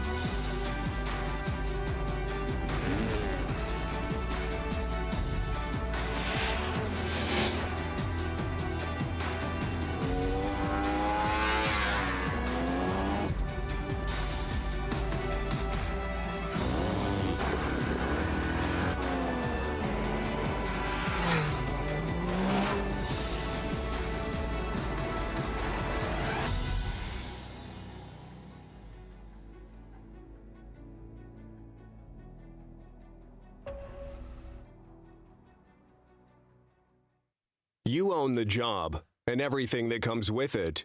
The mornings that start too early, the nights that go too late, and every unbelievable thing in between. It's good to know you can rent whatever construction equipment you need from people who do whatever it takes. Visit us at catrentalstore.com. Dunlop is the official tire of Progressive American Flat Track. We make tires in America for racing and street racing, such as our creditworthy Progressive American Flat Track Spec racing tire, the DT4, and the DT3, which is now the street-legal K180. Learn more about Dunlop tires at dunlopmotorcycletires.com. Falken Tires is proud to be the official light truck tire of Progressive American Flat Track. Choosing the right tire for your truck or SUV is critical, and Falken has you covered, offering highway terrains to all-terrains through torture-tested mud terrains. For more information on Falken's full line of Wild Peak products, please visit us at www.falkentire.com. Honda's all-new Talon 1000 X4, the official sports side-by-side of American Flat Track, and the same vehicle driven during intermissions to condition the track. Featuring a high-tech 6-speed automatic dual-clutch transmission, quick revving 1000cc twin-cylinder engine, Fox suspension, intelligent four-wheel drive, and stadium seating for up to 4. The Talons are now available at your local Honda Powersports dealer. Klotz Synthetic Lubricants is proud to be the official lubricant of American Flat Track. Family owned and made in America since 1959. Klotz has built its reputation by answering the call of racers and performance enthusiasts who won't settle for anything less than superior synthetic lubricants. Racers and performance buffs around the world rely on Klotz to get them to the checkered flag. Order today at klotzlube.com. Memphis Shades brings you a whole new level of style when it comes to motorcycle windshields and fairings. The quality, style, and selection set these products apart from the pack. Memphis Shades designs and builds all windshields, fairings, and hardware in-house. Raw materials in, finished goods out. Made in Memphis. Style that works. Race fans, VP Racing Fuels offers a full line of power sports fuels, lubricants, coolants, and appearance products for track and street. From pro racers to weekend warriors, we help riders make more power. Ask your local power sports dealer. SBS is your single source for brake parts and components. From pads to rotors, shoes, and other important parts, covering motorcycles, scooters, motocross bikes, ATVs, and UTVs. We create the power to stop you so you can go ahead. Find the right parts for your bike at www.sbsbrakes.com. Whelen designs and manufactures reliable and powerful warning lights, white illumination lighting, sirens, controllers, and high-powered warning systems for various industries worldwide. Every part of every Whelen product is proudly designed and manufactured in America. On the road, in the air, and around the world, Whelen is trusted to be seen, trusted to be heard, trusted to perform. For all your IT needs, think ITC St. Pete. We can help with your IT budget as we specialize in sourcing worldwide. We offer hardware, services, phone systems, and cybersecurity. Unhappy with internet buffering? Think Portal EV high-performance routers at itcpete.com/store. We're the Law Tigers, America's motorcycle lawyers. We understand the challenges riders face every day. As riders, we want to share the road and be seen by motorists. Remaining visible is critical to our safety and well-being. That's why we work tirelessly to promote motorcycle safety and awareness. We're proud to support our community that includes riders of all stripes. If you've been injured in a motorcycle accident, call 1-800-LAW-TIGERS or visit lawtigers.com. The Law Tigers, America's motorcycle lawyers. Welcome back to the Indian Motorcycle of Oklahoma City, OKC Mile, here in Oklahoma City, presented by Kicker Performance Audio. I'm Scotty Dibbler up here high atop of the finish line area, watching the track crew doing their best to smooth out the track a little bit. You can see there's a little bit of dark spots. That's what they're working on right now. We are here in Oklahoma City, the capital of Oklahoma. A little bit earlier, Ricky Rackman caught up with Charlie Roberts with the Class 79. Let's check it out. For all of you at the OKC Mile, I want you to come down to the Rookies of 79 tent. And they've got all sorts of cool old school merchandise, a lot of signed merchandise as well. And all of it goes to a really good cause. And Charlie Roberts is going to tell us about that cause and something really cool that they're raffling off for this weekend.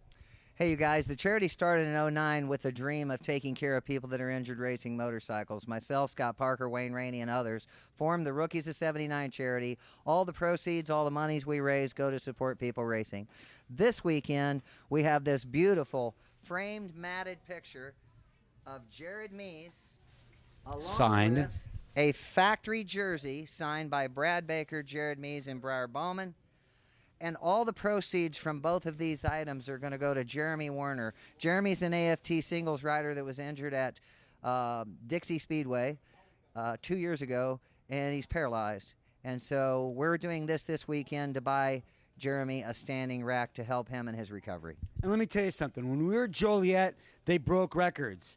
I love you people at OKC. I want you to come down here. It's for a great cause, and you also might win something very cool. Come down, see Charlie over at the Rookies of 79 tent. Also, rookie79.com. You can buy tickets online at the tent, or I'll be walking around the grandstand.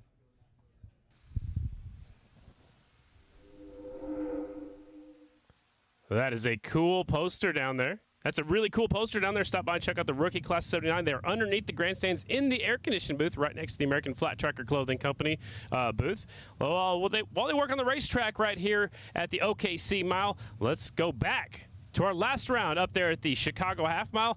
Let's take a look back from 2 weeks ago.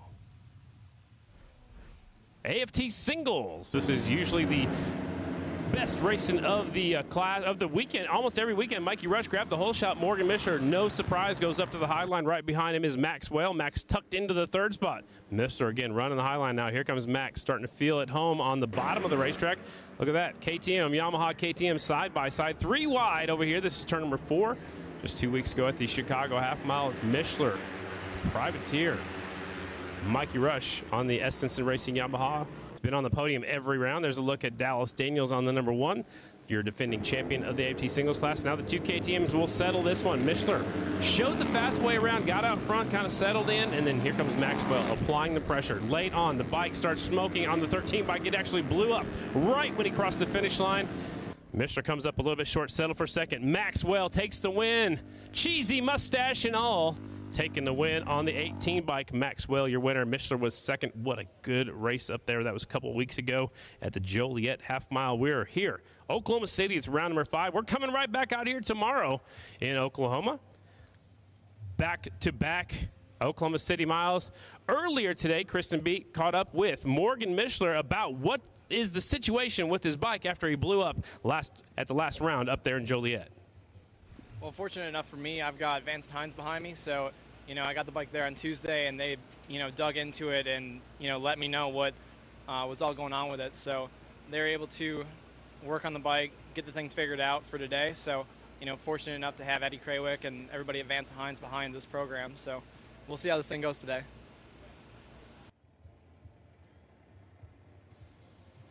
Morgan Micheler stopped by the Vance and Hines place and picked up his motorcycle on his way down here. I actually talked to Morgan just a few minutes ago before we got started with practice, and he said just in case he does have his own practice bike, but is a box stock motorcycle, it is down there in the van for just in case. Of course, they got it out, ran it through tech, so he does have a backup bike, but he said it's definitely not up to snuff if he wants to come out here. But to salvage any points, if he does have to hop on the backup bike, he does have a backup stock 450 KTM back there in the pit area. Morgan Micheler finished up second. He's one of our storylines that we're watching out here today. See if he can make his way towards the front. One of the other storylines we're watching in the AFT singles class is Shayna Texter. Shayna Texter has won here before in the AFT singles class in 2017. She will be one to keep her eyes on. Let's catch up with Shayna earlier today.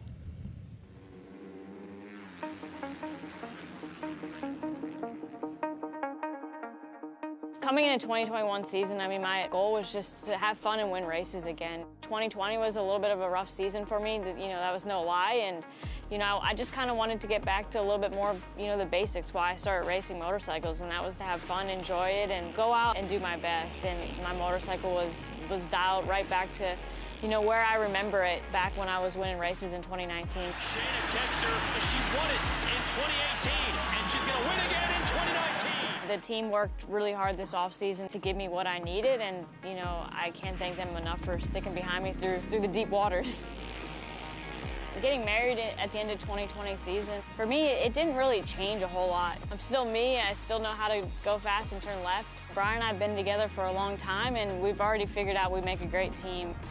There was a lot of critics saying stuff last year, oh, she's getting married, she's older now, she doesn't care. Like Tom Brady said, and Breyer posted about it even. You know, I thought about it all, and I'm a thinker, and, you know, the best way to quiet those people is to go out and show them, you know, I know what to do on a motorcycle, and that I deserve this seat, and I deserve to be here.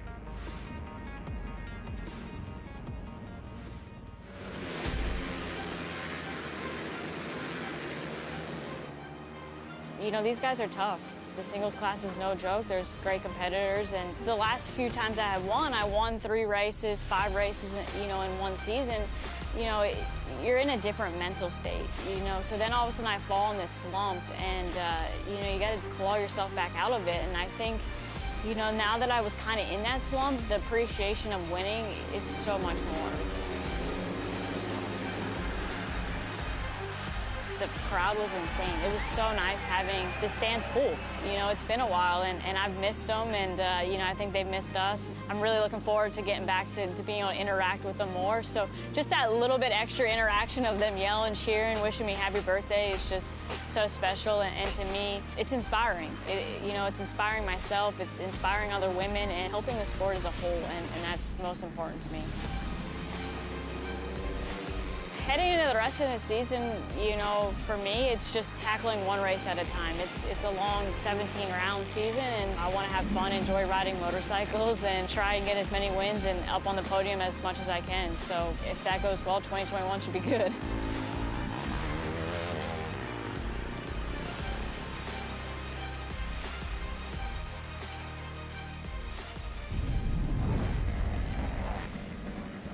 And welcome back to the Indian Motorcycle of Oklahoma City, OKC Mile, presented by Kicker Performance Audio. And speaking of Kicker, I'd like to welcome all the employees from Kicker that are going to be joining us all weekend long. They've got a booth set up right here on the front straightaway. The open paddock area going on at 5:30 to 6:20. The rider autograph session. To get there, you go down the front straightaway, go past the Mission Foods tent, and head on into the pit area. Just a reminder, please, no alcohol in the pits during the open paddock area. Again, that is from 5:30 until 6:20 is our open paddock area, and please drink plenty of fluids. They're working on the racetrack right now, getting it all dialed in. Let's take one more look back at the Joliet half mile up there. Their first time back there since 2007. Watch the Super Twins action. It got a little too close for comfort right here. There's Jared Meese getting up the inside, gets into the back tire of Brandon Robinson. He goes up and around right here. Somehow Meese saves the motorcycle. B-Rob throws it down and has to going back to the ambulance to get checked out, and then he comes back from the back of the pack to finish up 4th. There's another look at the replay. Let's hear from both of those two riders that made contact with each other in Chicago. Man, I don't really think there's any tension. I was helping him adjust his knee brace and everything and hooked him up with a knee brace and everything. So I just look at it as it was a racing incident, and, you know, I think he feels the same way. Looking back at the replay, it just kind of feels like he got dumped by an ex-girlfriend, man. It's just, it took the wind out of our sails. Definitely had a real good shot of winning that race, and, you know, it's unfortunate. It's, I don't know, you don't ever want to say paybacks, you know, but it is. So we'll see. We'll take it race by race, you know, and you know, rubber's racing, I guess. So we'll go from there.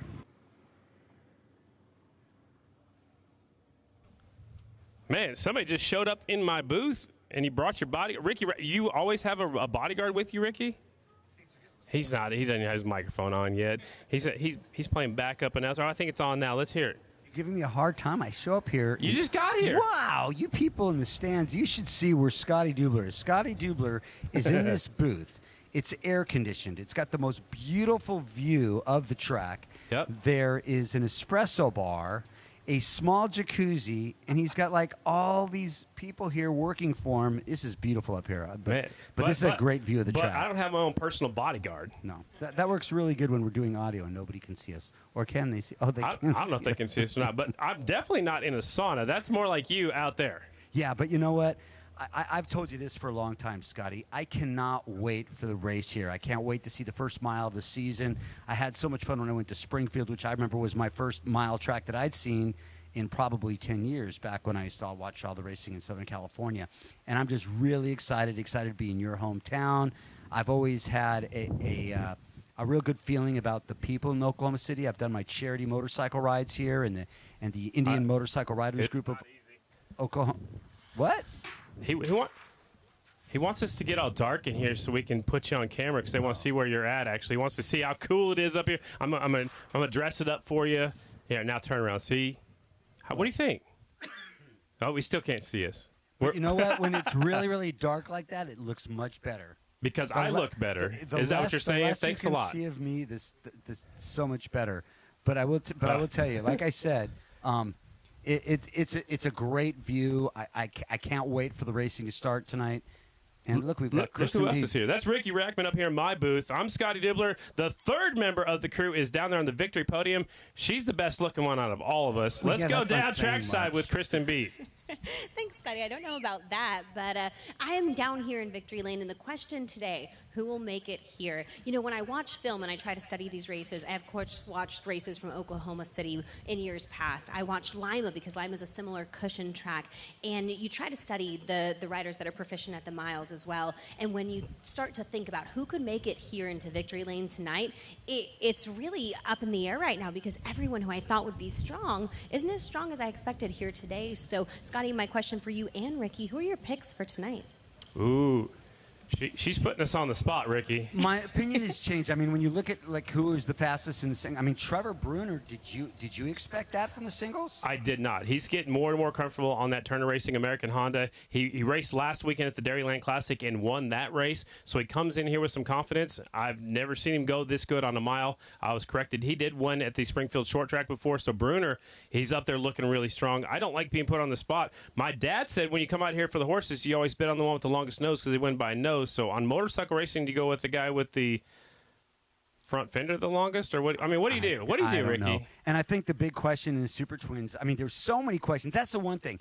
It looks like we've got some parity in the sport right now, and I don't know who to pick for the Super Twins. We've got some guys that are a little bit injured. I wouldn't look at Brandon Robinson being injured because it seems like last year he was always injured. It's always the left or the right foot. Jared Meese is still coming off that injury. What's going to happen with Brian Smith? Ricky, I'm going to break it up right there. I'm going to break it up right there.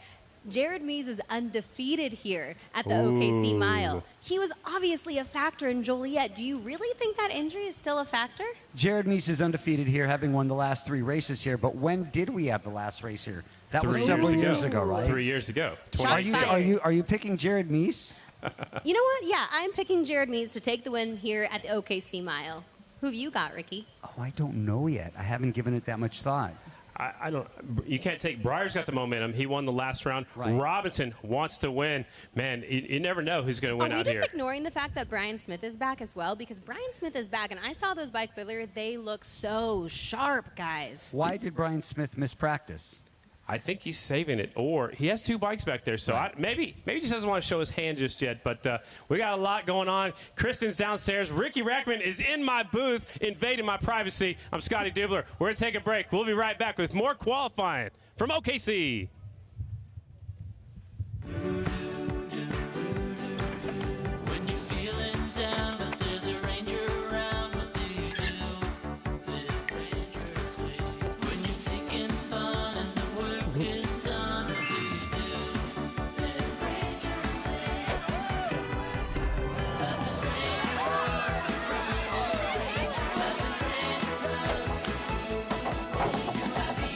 Voodoo Ranger. Live dangerously. In 2021, Royal Enfield celebrates 120 years of riding pure. The iconic brand will continue to pursue its efforts in the production twin class and the build train race program. After a successful first-year campaign, Royal Enfield looks to improve on last year's effort. For more information, please visit royalenfield.com.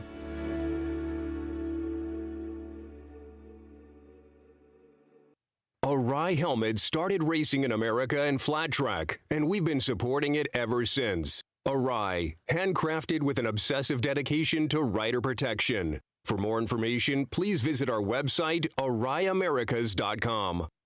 Cometic Gasket is the official gasket of Progressive American Flat Track. For decades, Progressive American Flat Track champions have depended on Cometic to seal their engines. Cometic gaskets are the professional standard for racers who demand the very best. For more information, log on to Cometic.com. Cometic Gasket, sealing championships since 1989.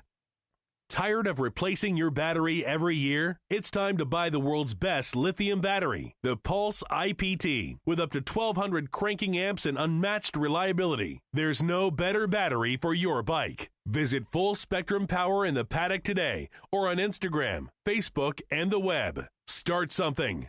Power everything.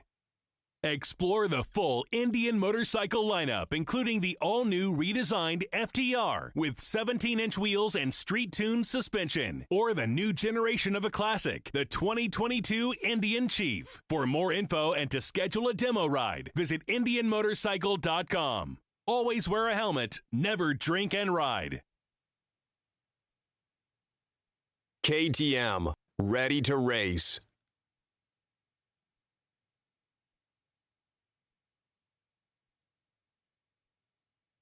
Sideburn is the world's finest go fast, turn left magazine.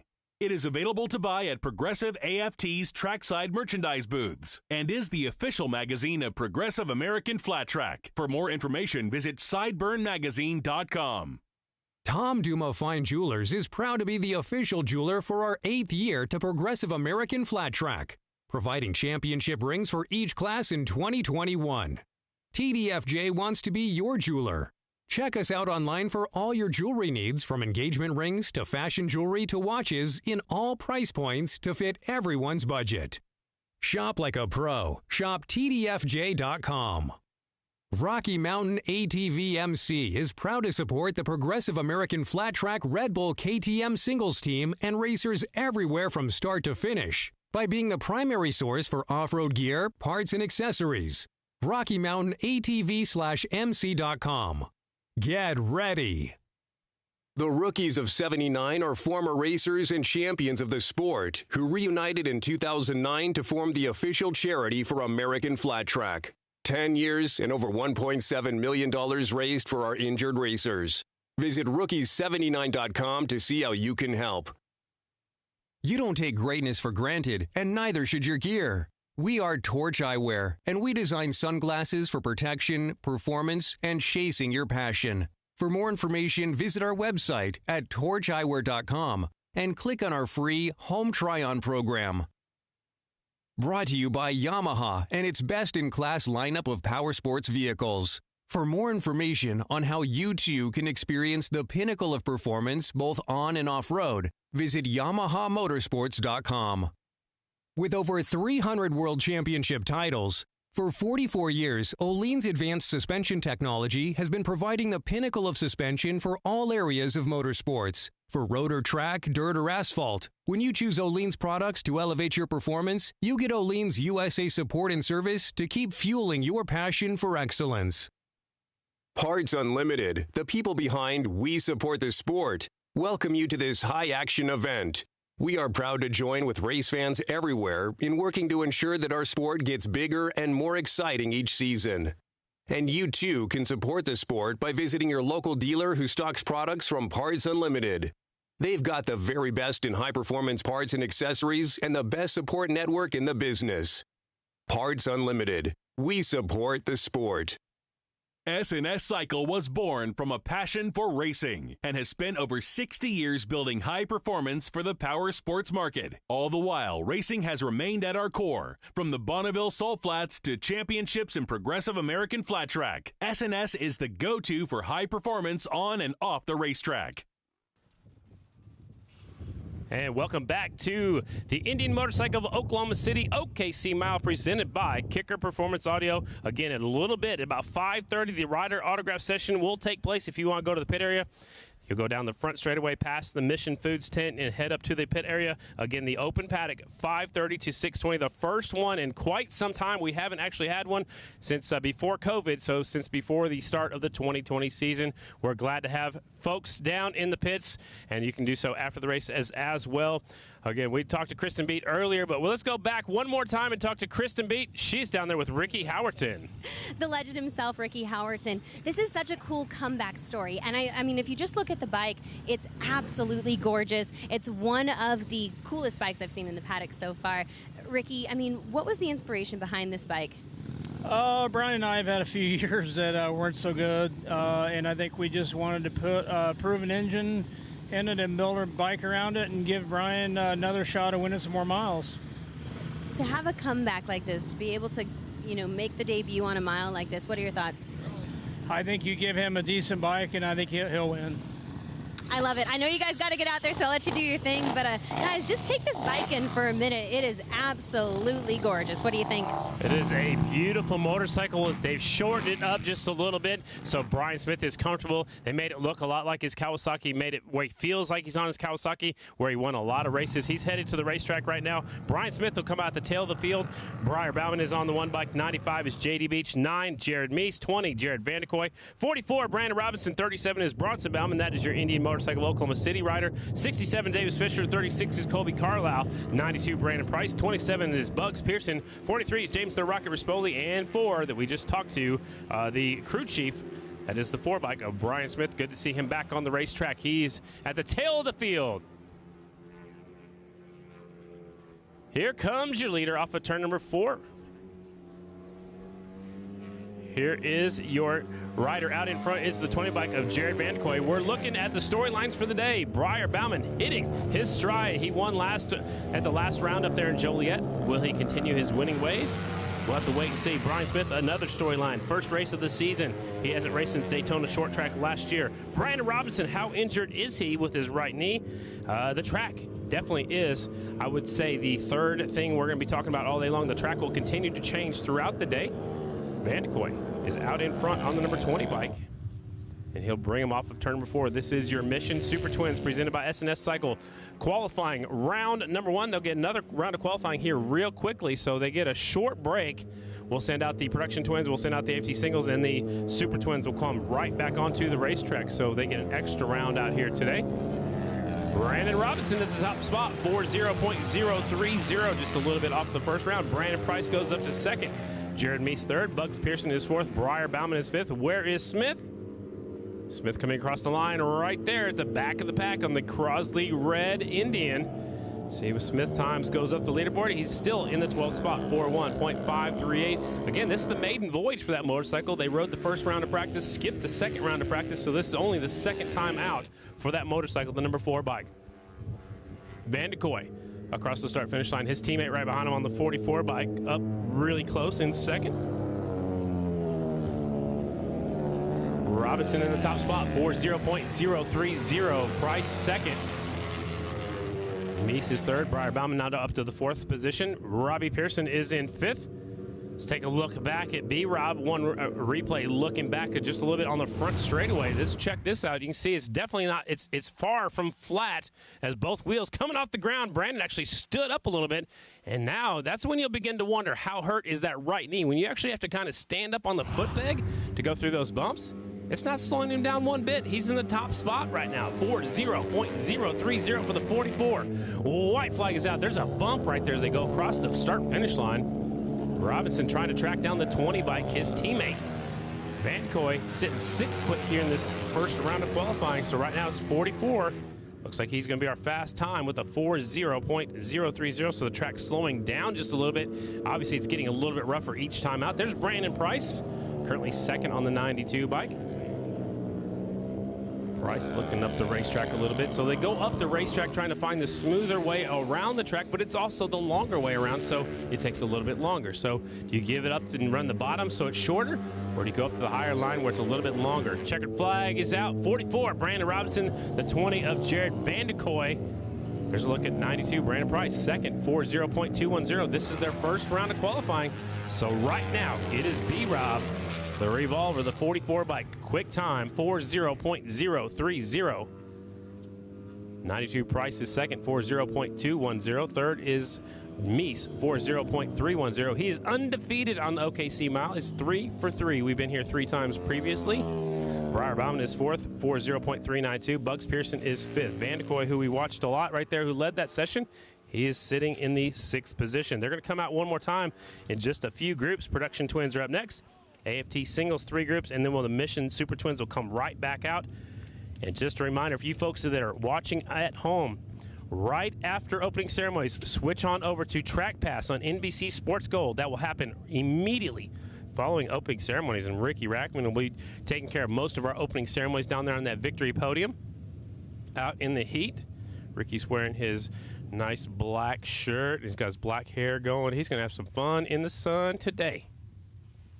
See, I can do that when he doesn't have a microphone to talk back to me. So, Ricky Rackman helping us out this year. Brad the Bullet Baker will be up here a little bit later on when we get into our semifinals. And down there, track side, is also Kristen Beat. So up next, we will switch our attention to the AFT Production Twins presented by Vance and Hines class. Got a microphone. Ricky's got stuff all over. He came up here and invaded my office. He's got parts stuff laid over. Radios laid over. Production Twins are already on the track. 65, Corey Texter. 49, Chad Coast, possibly on a borrowed motorcycle. 62 is Dan Bromley. 79, Dalton Gauthier. 68, Ryan Varnes. 25, Ben Lau. 64 is Eslick. 44, Cameron Smith. 31, Dylan Bell. 42, Jeremiah Duffy. 50, Neiman McAllister. 70, Pat Buchanan. 161, Casey Cisco. 276, Brian LaFelt. 15, Gary Ketchum. 223, Jeffrey Lowry. And the 99 doing double duty, that is Kevin Stallings. Here's your leader. Green flag is out for the 65 of Corey Texter. All right, earlier, actually, Kristen Beat's got a report for us. Kristen, what'd you find out? Notice Chad Coast not on track right now. I walked out to the pits to check in with him, and obviously he is in the mix for the championship standings. He told me they had a bike malfunction, so now they're trying to recruit another bike. As you guys know, Chad Coast is a true privateer, and he only had the one bike here set up for the mile, so he was actually over at Terry Vance and Hines pits trying to work out a deal, trying to work something out to where he can get a bike to race on tonight. There is a chance he may be racing on James Rispoli's backup bike as of now. Well, that's interesting because James Rispoli is in the Super Twins class, so he might have just a box stock 750 down there that he might be riding, or that is a backup to the backup that Chad might jump on. But that's interesting to see a bike jump from one class to another class. We'll get more information on that a little bit later on, depending on what bike Chad Coast ends up on right now. But we will see before we find out too much longer. Also, the 44 is pushing his bike down the front straightaway. That's Cameron Smith, one of the Pennsylvania Posse riders. He's pushing the bike back here out front right there. Look at that. That's a good shot of C-Tex. Corey Texter, nice style going through that corner. The back tires just spinning, shooting that dirt off the back tire. He takes a look over his shoulder. It's Jeremiah Duffy at the top spot. He was our quick time in the first round. Corey Texter's back here in 4th in this round of qualifying. There's the 79. Dalton Gauthier. He's on the Boswell Harley-Davidson XG 750. Maybe Chad's looking to borrow one from a different class because maybe nobody in this class wants to give him a bike. Maybe that's what's going on. So we'll have to get more information on that a little bit later on. That'd be a good project to find out when we have our open paddock area. Again, the open pits are scheduled from 5:30 until 6:20, so you folks can go in the grandstands. There's Jeremiah Duffy. He's all by himself out there, not working with anybody, but he's got the quick time with a 4:1.232 for Jeremiah Duffy from Guilford, Indiana. There's a look at the 68, Reverend Ryan Barnes. He's currently second on the 68, so at least Duffy has somebody to go after. Barnes currently second, 4:1.338. Duffy in the top spot on the Sammy O Racing Kawasaki as the white flag is out. Last lap of qualifying for this one and only group. It looks like Duffy will be the quick time. He is quickest in round 1, and he's hanging on to quickest here in round number 2 as the white flag is still out. There's still Cameron Smith walking down the front straightaway. One more lap to go for the 42 of Jeremiah Duffy. Way back here is also the 15 bike of Gary Ketchum. Ketchum gets that white flag, and here comes your leader, bringing him off of turn number 4, Corey Texter. C-Tex on the G&G Racing Yamaha. The beautiful red, white, and blue machine takes the checkered flag. Behind him is Dalton Gauthier from Pine Grove, Pennsylvania. The top 3 right there, all from Pennsylvania. There's Ben Lau, the Holly Hot Rod from Holly, Michigan. Pat Buchanan on the 71 Harley. A few others coming across the line. Here comes the 31 from Kansas. That's Dylan Bell. The 161 Casey Cisco. The bright green leathers, that is Barnes. 276 Brian LaFelt. 223 is Lowry. 42 Jeremiah Duffy. And there is Jimmy McAllister on the 50 bike. Looks like one more bike to take the checkered flag.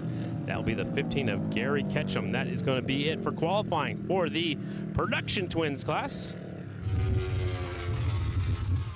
We'll take a look back at a replay of Jeremiah Duffy right here.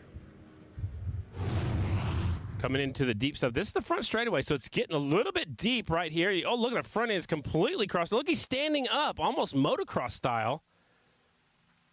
Wow, that is the front straightaway. So it's getting some braking bumps, apparently braking bumps across the start-finish line, but you can see they're riding around it when they're going slow, but the fast line is to go right through the bumps.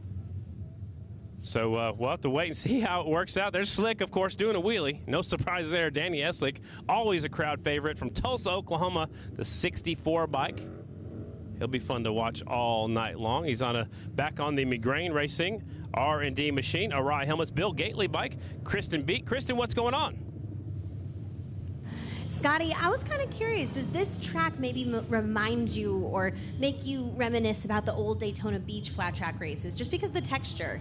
Yeah, it kind of does look like that, especially on the lighter parts of the racetrack. It looks like kind of sand from up here, and I'm sure it's got a little bit different surface than that, but yeah, it reminds, that's a good point, Kristen. Just like racing on the beach, like how they started way down in Daytona.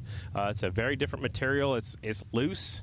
You don't want to be behind anybody. You can see how rough it is right there. There goes Thunder sliding by. That's where they go on and off the racetrack. That is outside turn number 1. So you can just see how bad it breaks up. It has some deep stuff, especially when they let off the throttle going into turn number 1. Look how rough that is. Are we looking at a pro motocross track? Nope, that's American Flat Track right here at the OKC Mile. You can see those cones in the background. Those are the starting lines. Man, it's getting rough right after you cross the start-finish line. We're going to switch our attention to the AFT singles class. Final round of qualifying for the singles. Well, number 1, Dallas Daniels. 15, Mikey Rush. 18, Maxwell. 52, Shayna Texter Bauman. 13, Morgan Micheler. 48, Trent Lowe. 21, Trevor Bruner. 17, Henry Wiles. 38, Tanner Dean. 105 is Brandon Kitchen. 51, Cole Zabala. Look at that. Tanner Dean wants to get up there with these top dogs out in front. He was scheduled to be at the back of the pack. He jumps in behind the Estenson Yamahas.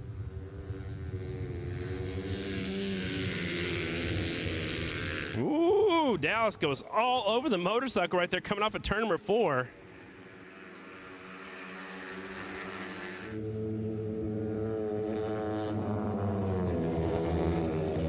Estenson Yamahas right there. Mikey Rush, Dallas Daniels. With Tanner Dean in tow on the 38 First Impression race team. That's a Honda. This is our final round of qualifying for the AFT singles class. There'll be 3 groups, and then we'll have one more group for the the Mission Super Twins presented by SNS Cycle. That will be the last group of qualifying. Open paddock scheduled from 5:30 until 6:20, it looks like. If you want to go to the open paddock area, go through the front straightaway right in front of the Mission tent and head off to the pit area. Here they come on the front straightaway through the deep stuff. Looks like they're trying to miss that big dark spot coming off of turn number 4. Just hang on to it through the deep stuff. Keep that throttle twisted. Keep that front end light.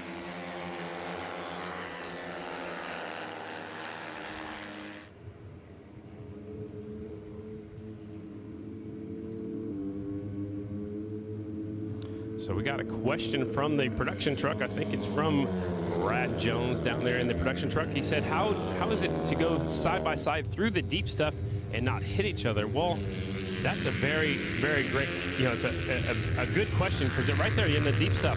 You're inches away from each other, but you don't want to follow anybody at the same time, so you just try to get through there and try to keep your handlebars straight as possible and keep that throttle wide open too to get through the rough stuff. Wow, that guy's front end was all over the place. That's Bruner on the 21 bike right there. His front wheel is so light. That's because you want that front wheel to be light so it dances across the top of the rough stuff, but man, it's not typical on a mile to have the deep ruts like we have that are forming coming off of 4 and coming right when they let off the throttle going into turn number 1. So it is very rough out there. They're going to do some track maintenance while we have our open paddock area. Yeah, very, very impressed with Trevor Bruner, the 21 bike. He was fastest in the first round of practice. He was fastest in the first round of qualifying. And again, still fastest in this second round of qualifying. Bruner on the 21. Turner Racing American Honda bike as the white flag comes out. Here comes Bruner to the start-finish line. He's got a nice tuck as well. So not only is he going fast, he's got a nice tuck, which gets him through the wind a little bit easier. So that's probably helping him. And he's kind of staying light also on the foot peg, so he can kind of lift up, get off that seat if he needs to get through the rough stuff. So I think that's helping him as well. And Bruner's one of our young guns, making a name for himself on the Springfield short track, and he's looking for his second victory. I think he feels really comfortable on this racetrack. Here they come off of turn number 4. New rider out in front. It's the 105. Brandon Kitchen's going to bring him to the finish line. Daniel's behind him. Mikey Rush. 38 bike up there. That's Tanner Dean. He's currently 8th. And here comes Bruner across the finish line. We still have 2 more groups to go in the singles class, but right now it's been the Bruner show from the get-go. 41.361. 41.361. Quickest in practice, quickest in round 1, and now quickest in round number 2 so far. There are still groups to go. 2 groups remaining in the AFT singles class. And then we'll bring out the Mission Super Twins. 1 more round of qualifying for those folks. And then we'll have our open paddock area. We'll take a look back, and we saw the front wheel get a little bit crazy on the 21 bike. Look at him, full lock right there. He's got it twisted wide open. Trying to tuck in off the corner. Still has the front wheel turned a little bit. Tucking in. Still twisting the throttle. You see the back wheel get light. He's bumped. He's up off of the seat right there. Whoa. And now he's into the deep stuff. Wow, now he's really sideways. Now he gets it pointed the right direction, and he takes his left hand off the handlebar. All of that, and he still managed to take his left hand off the handlebar and tuck in and draft as getting small as you can on the straightaways. That's Trevor Bruner, one of the up-and-comers right there, looking really strong. Shayna Texter-Bauman was on the racetrack. She's not feeling as comfortable as she did. She did a 4.3.500, so obviously not as comfortable right now as she was. There's one bike stalled on the front straightaway down here in turn number 4 on the front chute. I'm not sure if the flagmen see him. I believe they do. He is down there. That's one of the Turner Racing Hondas actually down towards turn number 4 on the front straightaway. It is the 17. That's the Hammer, Henry Wiles. Wiles second fast. That is Bruner's teammate, 41.437. He's on the front straightaway taking off the helmet because we know how hot it is without your leathers on. So looks like he's waiting for a push. Here comes one of the mini bikes coming out of the turn 4 exit to give him a push back to the pit area. The Hammer, Henry Wiles, is going to get a push. Good thing is it happened in qualifying. Bad thing is it happened, period. So he'll slide his helmet back on. Steve Moorhead's going to give him a push back to the pit area. Up next, group number 2 of our AFT singles, final round of qualifying. 99, Kevin Stallings. 143, Cody Kopp. 19, James Ott. 94 is Ryan Wells. 11, Andrew Luker. 161, Casey Sisko. 175, Taryn Santero. 124, Hunter Bauer. 26, Aiden Roos Evans. 135, Ezra Brusky. And the 90, that is Brandon Newman. It's good to be back here in Oklahoma City, my hometown. All my friends here. We had a great big birthday celebration. Pa, which is my grandpa, turned 90 just a few days ago. We had a great big party out at Fast Eddie's house last night. Had a great time. It's good to see and catch up with our racing friends at all the rounds, but especially when you come back to your home track, Oklahoma City. Here comes the singles. This is group number 2, final round of qualifying. Getting a little bit spread out as they get up to speed coming off of turn number 2 on the back straightaway. That's the 94 Flying Ryan Wells. Behind him, second generation flat tracker, the 143 Cody Kopp. Kopp on the Jones Honda. Wells feeling right at home. All right, so Kristen Beast keeping track of what's going on. She's on the beat right now. She's got some more information on what happened to Wiles. Kristen, what'd you find out? Whew, it's a hot one down here. So as Henry was walking his bike off the track, I asked him, I said, Henry, what happened? He said the bike just quit. He said that he doesn't have any reason why. He's unsure. Of course, this team, Turner Racing Honda, has plenty of backup bikes, but I don't know if they're set up the way that Henry would prefer them to be and as proficient as he looked out on track. I think this might be a disappointing turn of events for Henry Wiles here at the OKC Mile.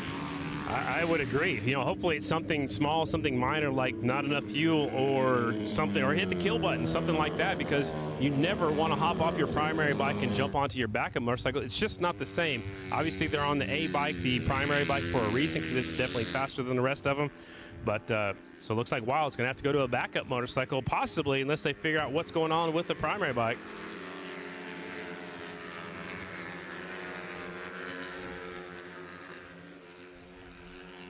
This is our group number 2 of AFT singles. We got our eyes on the 94 Ryan Wells. The fastest on the track, though, is the 99 Kevin Stallings up there into the 7th position, 42.940. Across the start-finish line, there's the 124 Hunter Bauer, Canadian rider. There's 3 Canadians racing with us here today. They're finding a way to get across the border and come on down here and race with American Flat Track. There's 99 Kevin Stallings from Indianapolis. He's had a lot of bad luck lately. He used to run up front almost every weekend, and he's been struggling with some bad luck. He's trying to turn that around here tonight, Oklahoma City. He's tracking down the 143 of Cody Kopp. Look at this, the 26 now, the fastest on the racetrack. That's Aiden Roosevans. His teammate is the 124 Hunter Bauer. He is 7th and 8th for the NKR Canada Waters Auto Body KTMs. 7th and 8th in this round. 26 going into turn number 1 right now. Aiden Roosevans started racing flat track when he was on a 50cc, left for a little while, went car racing. Now he's came back to his roots, back to some American flat track. There's the bright green Kawasaki, the only Kawasaki in the singles class. 175 Terran Santero gave Cody Kopp a run for his money last year at the Flat Track Grand Championships and came up just a little bit short on the Horizon Award. As we take a look back to the 26 bike, that's Aiden Roosevans from O'Fallon, Illinois. One bike slow and off the pace on the front straightaway. He gets out of harm's way. Got his hand out trying to let everybody know that he's off the pace. White flag is out. One more lap to go. That is actually the 99 of Kevin Stallings. Man, so just as I said, he's had some bad luck.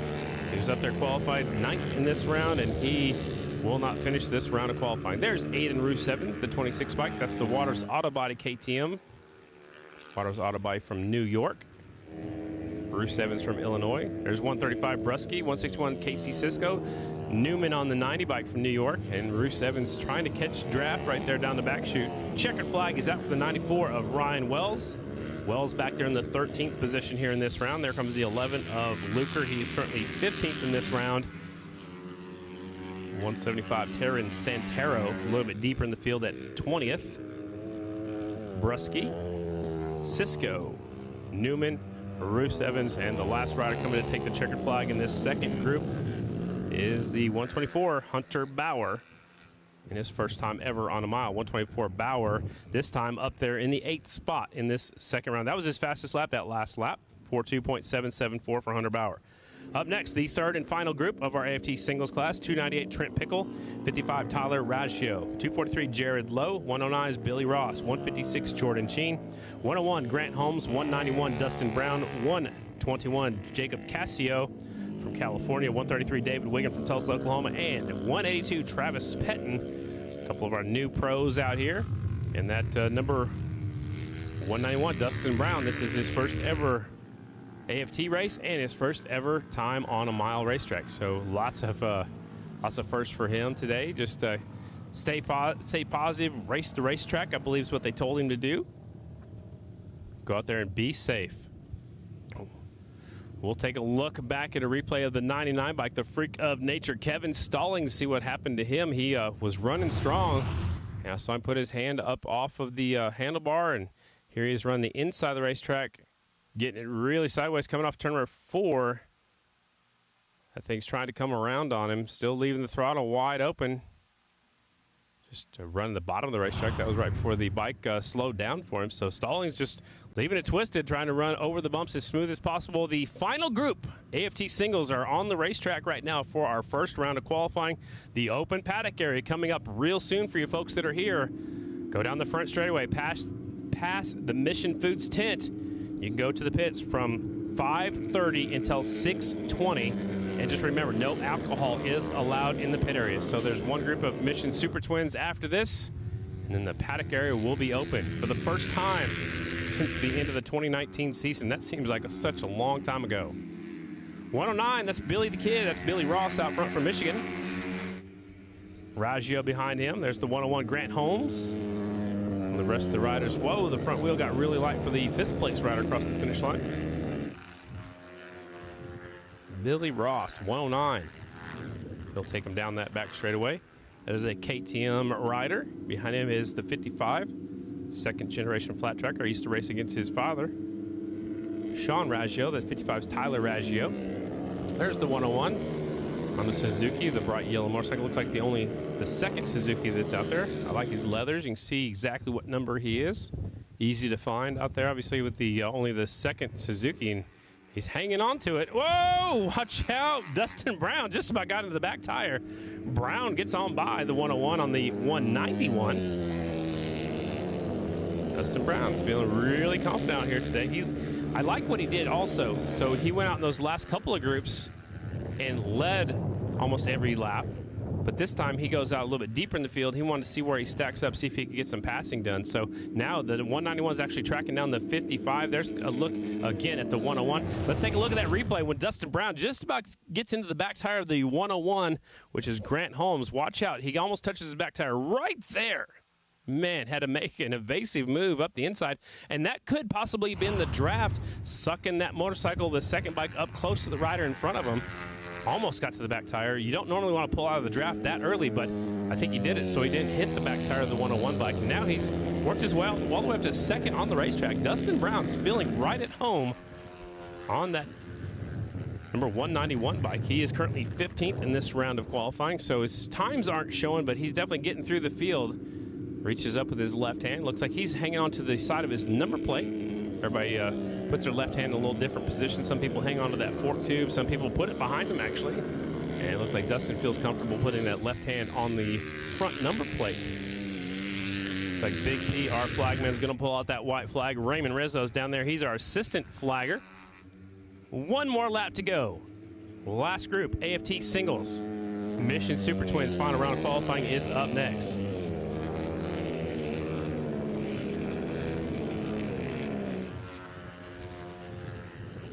One more lap to go. This is the third and final group. Right now, it's still Trevor Bruner on top. The fastest bike on the track appears to be the 191 of Dustin Brown, currently 15th. Billy Ross on that last lap moved all the way up to 16th on the 109. Jared Lowe right behind him on the 243 up to 17th. Luker is 18th. Shannon Sexton Bauman is 19th. Kopp drops back to the 21st spot. Checker flag will fly this time by. This will wrap up qualifying for our AFT singles class. One more session of qualifying, and then we'll take a break in the action. We'll be back on the track at 6:30 with opening ceremonies. The open paddock area coming up really soon.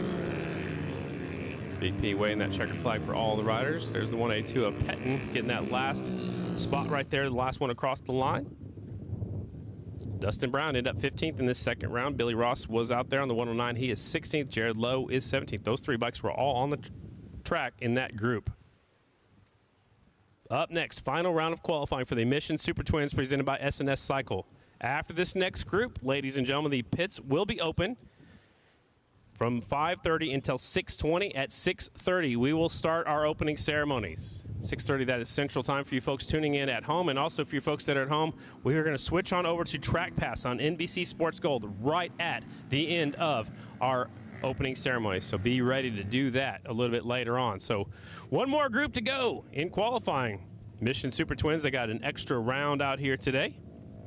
So they have, this is their second round of qualifying, will be coming up next.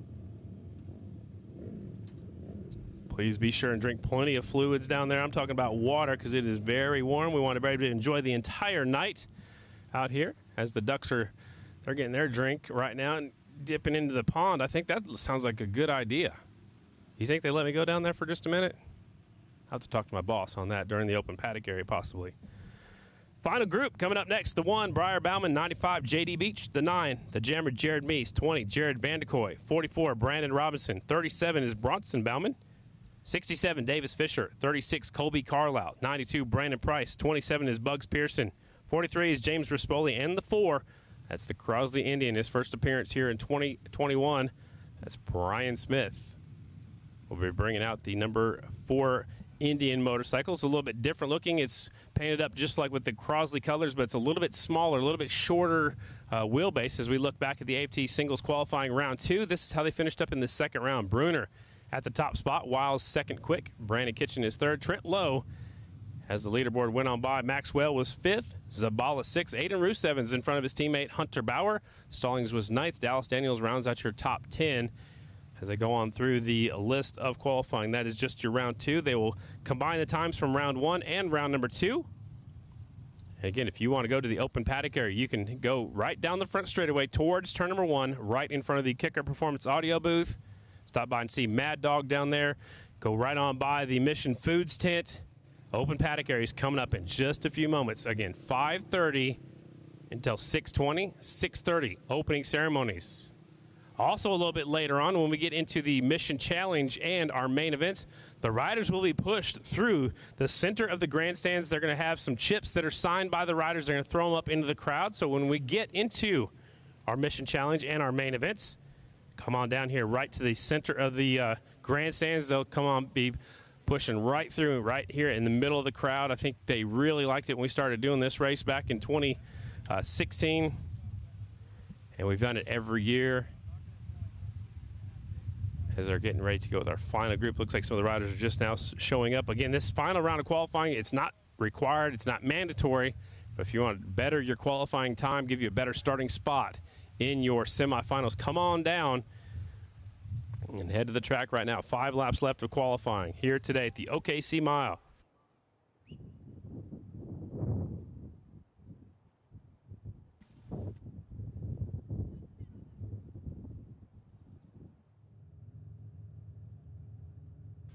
We just got another question from the truck down there. The truck is out in front. We got a bunch of people working the truck. Thanks to our cameraman, thanks to our producer, and everybody in that truck giving us this footage that we can watch, and thanks to the useful tree down there. But the question is, what do I think of the track so far, and what do I think it's going to do to the racing? Well, so far, it's holding up very well. There are a few soft spots, a few deep spots, I should say, especially like just off of turn number 4, about part way down the front straightaway. The only area that concerns me is when they let off the throttle here just past the finish line. It's breaking up pretty bad. I don't know what else they can do to it. They're going to work on it during our open paddock area. They've got an hour to work on it. So I think it's going to make for some exciting racing. They'll put a lot of water on the racetrack, I'm sure, during our downtime. So I'm looking forward to our semifinals, our Mission Challenge, and our main events. Last group of qualifying is on the track. There's your 2-time and defending Grand National champion, Briar Bauman, the 1 bike out in front. J.D. Beach is on the 95, Jared Meese on the 9. Vandekoy is 20. Robinson 44. 37 is Bronson Bauman. Here, oh, watch out. Briar said, hey, I don't remember that bump being there. He's shaking his head. He's like, where did that come from? He's looking back like where did that, how did that, oh, one of the riders just came off of turn number 4, had no feet on the pegs. That's one of the Yamahas. That's 95, J.D. Beach. His feet were completely off the foot pegs, and he is going straight to the pit area. Looks like Briar's shut it down. He's already out. They're all off the pace. They're all putting their hands up. JD took it back to the pit area. Everybody else, we got red lights on the track. Red flag is out. First time we got red. They got wheeling red lights throughout the track, so they've thrown the red flag. I'm not sure exactly why, but I saw JD Beach coming off of turn number 4, and his feet, both of his feet were completely off the pegs, and he took it back to the pit area. Breyer, when he came off of turn number 4, he got up in one of those holes, and he was off the pace immediately, and then shortly after that, the red flag came out.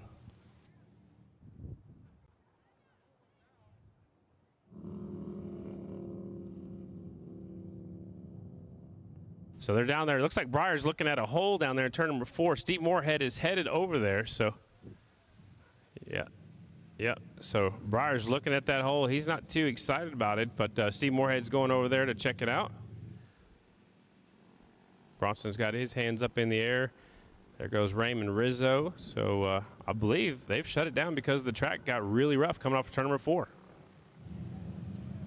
There's a look at it right there. Moorhead goes on through, so they're going to take the rest of the bikes over to the hot and cold box. So looks like they're going to do a little track maintenance before we do our final round of qualifying. Moorhead's on the radio. Here comes the heavy equipment.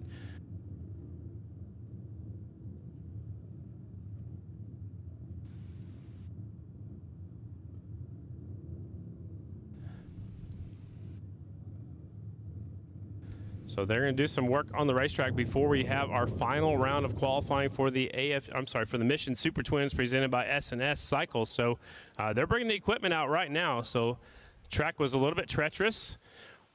We're going to take a quick break. When we come back, we'll have hopefully the final round of qualifying for the Mission Super Twins right here at the OKC Mile.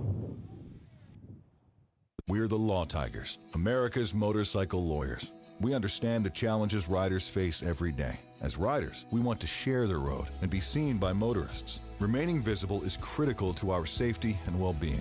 That's why we work tirelessly to promote motorcycle safety and awareness. We're proud to support our community that includes riders of all stripes. If you've been injured in a motorcycle accident, call 1-800-LAW-TIGERS or visit lawtigers.com. The Law Tigers, America's motorcycle lawyers.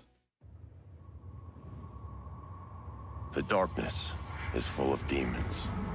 Hazy creatures who lurk in the shadows, prowling under the cloak of dusk. But we're not demons. We're beasts.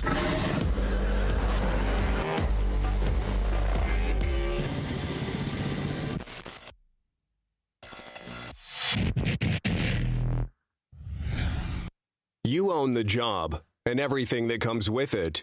The mornings that start too early, the nights that go too late, and every unbelievable thing in between. It's good to know you can rent whatever construction equipment you need from people who do whatever it takes. Visit us at catrentalstore.com. Brought to you by Yamaha and its best-in-class lineup of power sports vehicles. For more information on how you too can experience the pinnacle of performance both on and off-road, visit YamahaMotorsports.com.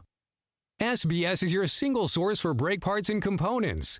From pads to rotors, shoes, and other important parts covering motorcycles, scooters, motocross bikes, ATVs, and UTVs. We create the power to stop you so you can go ahead. Find the right parts for your bike at www.sbsbrakes.com. Motion Pro. We make innovative tools and products that help you maintain and repair motorcycles, ATVs, and UTVs. Like the patented Pro-Fill Air Chuck, helping you manage tire air pressure on your motorcycle, ATV, or UTV. Easily adjust the Pro-Fill Air Chuck. Get past hot disc brake rotors with the pivoting angled head. Connect it with an airline. Or pair it with a Motion Pro digital tire pressure gauge. Reach for the Pro-Fill Air Chuck to manage your tires. Get yours at motionpro.com or visit Power Sports stores nationwide.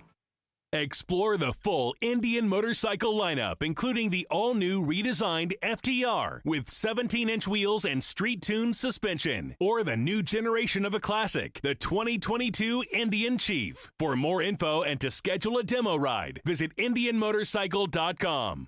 Always wear a helmet, never drink and ride. Cardo Systems is the official Bluetooth communicator for American Flat Track. Whether on the road or at the track, the Cardo Systems industry-leading mesh technology keeps you and your fellow riders connected. Racers like Sammy Halbert rely on Cardo for street riding entertainment, as well as a training tool at the track. All Cardo communicators are fully waterproof, dirt-proof, and feature sound by JBL. For more information, check out cardosystems.com and follow Cardo on all social media platforms at @CardoSystems. Dunlop is the official tire of Progressive American Flat Track. We make tires in America for racing and street racing, such as our creditworthy Progressive American Flat Track Spec racing tire, the DT4, and the DT3, which is now the street-legal K180. Learn more about Dunlop tires at dunlopmotorcycletires.com. Klotz Synthetic Lubricants is proud to be the official lubricant of American Flat Track. Family owned and made in America since 1959. Klotz has built its reputation by answering the call of racers and performance enthusiasts who won't settle for anything less than superior synthetic lubricants. Racers and performance buffs around the world rely on Klotz to get them to the checkered flag. Order today at klotzlube.com. Welcome back to the Indian Motorcycle of Oklahoma City OKC Mile, presented by Kicker Performance Audio. They're still checking out the racetrack right now. The riders came off the racetrack and went straight to the pit area. And they were talking about what's going on the racetrack, trying to figure out what our next plan of action is. They say, obviously, you can see how deep the ruts are just even right behind them. But the roughest spot looks like coming off of turn number 4 a little bit. And then right here when they let off the throttle across the finish line, definitely slows them down as the fans are packing, filling in the OKC Mile. Earlier today, this morning, I called number 69, Slammin' Sammy Halbert. He was injured at Chicago. Let's hear more from Slammin' Sammy Halbert. Sammy Halbert, what's going on, man? Not much, just chilling with my foot up. I saw a video on social media from Joliet. It looked like you just got a little wide coming off a 2 and you kissed the wall, man. Tell us what happened. Yeah, not much. Like, I was right behind Mies, and I think in the dash we started going up a little higher. The track had changed a little bit, and was basically right behind Jared, and maybe just was like a foot wider or something, and it looked like I slipped a tiny bit coming off, and didn't think nothing of it. I just was up alongside the wall like we always are. You know, we normally have whatever buffer between hitting the wall, and I just misjudged that apparently, and got up onto it and didn't think nothing of it, and then just I think clipped it, and I think I hit it like right on an edge, like a concrete edge sticking out. Like when I rolled back around on the next lap, I looked and it's like smooth concrete, and then a little edge sticking out, and I think that's right where I hit. So just totally smashed my foot. It was pretty brutal, pretty painful, especially that night. You knew it right away. You pulled off, didn't even finish the mission challenge, loaded up and left. We didn't have a chance to talk to you. Did you have surgery right away, or did you wait till you got home? Yeah, it was kind of funny. I was at the hospital in Joliet and getting X-rays, and I was watching on my phone the race, and the main event was lining up, and you guys were announcing Sammy Halbert starting third or whatever, and I was like, dudes don't even know I'm not there yet. Yeah. So, well, I was in the racing studio. Actually, I was in Raymond Rizzo's trailer. You know, the calling the shots, and then I heard the truck and trailer that was right behind us loaded up and left. So you knew you were hurt. You went to the hospital. Did you get home and have surgery? And what surgery did we have? Yeah, so I flew home the next day, which I didn't know if I was able to do, but was able to fly home the next day and scheduled surgery right away, and got it done Thursday, the following the race. So 2 weeks from today. And so broke the metatarsals in my foot, like most of them, wow. And so had those all pinned together or whatever, and just on the road to recovery from that. Any idea how long you're gonna be out? Not exactly. I go back to the doctor Wednesday next week. So, I mean, I'd love to be in Lima if it was up to me, but I don't think the doctors will agree. So we'll see. We'll see where it puts us. Once we go back in, we'll definitely know more. And at least after Lima, we have a little bit of a break, and so we'll see how much healing I can do in that break, and what I can do to get back on the track. Can't wait to get back out there. It's such a disappointment. Like, the year was off to a good start for me. Was building momentum with the team and was coming into some good tracks for me. I thought we were right where we needed to be to start getting some good results and getting in the mix there. So yeah, it's pretty disappointing for sure. So just regroup and recover and try and get back out there as soon as possible.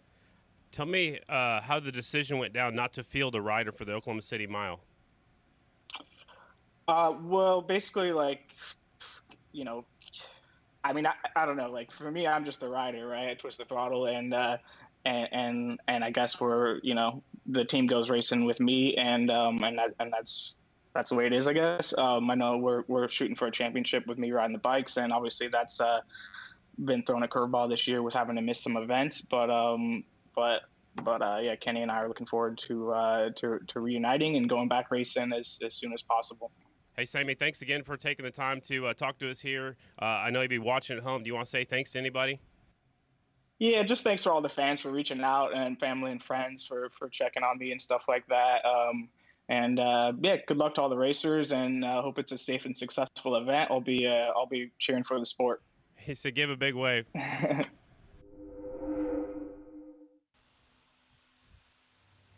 Definitely want to say thanks to Sammy Halbert for taking time to talk to us here. I actually took care of that yesterday morning. He's sitting at home down in Florida trying to heal up, and that's the main concern right there. That's the area coming off turn number 4, and they're wide open when they hit that. You see it threw Breyer way up high, so they're trying to figure out what they're going to do right now. They are done with qualifying is what I've been told. They scrapped the final round of qualifying for the Mission Super Twins. They're going to use session number 1. That means your fast qualifier will be the 44, Brandon Robinson. So obviously his right knee is not affecting him too much out here today.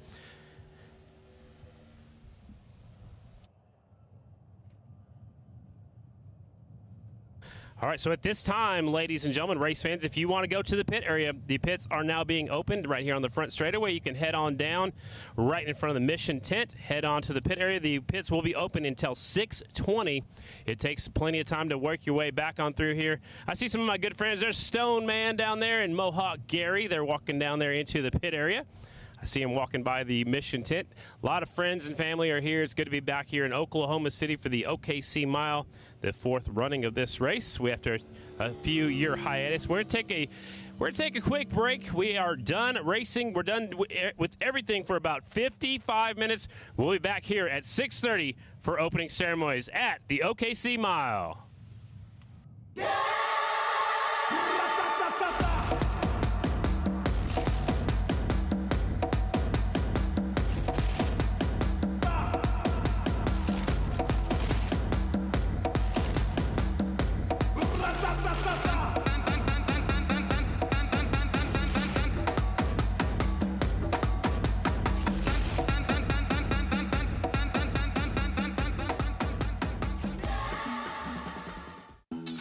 You own the job.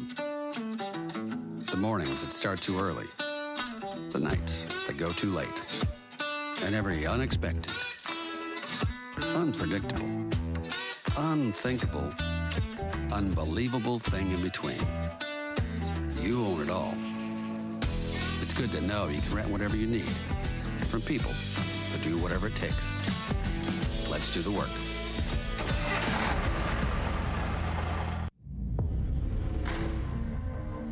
The way this racetrack has turned out, AJ, is incredible. They can run high, low, middle, anywhere they want.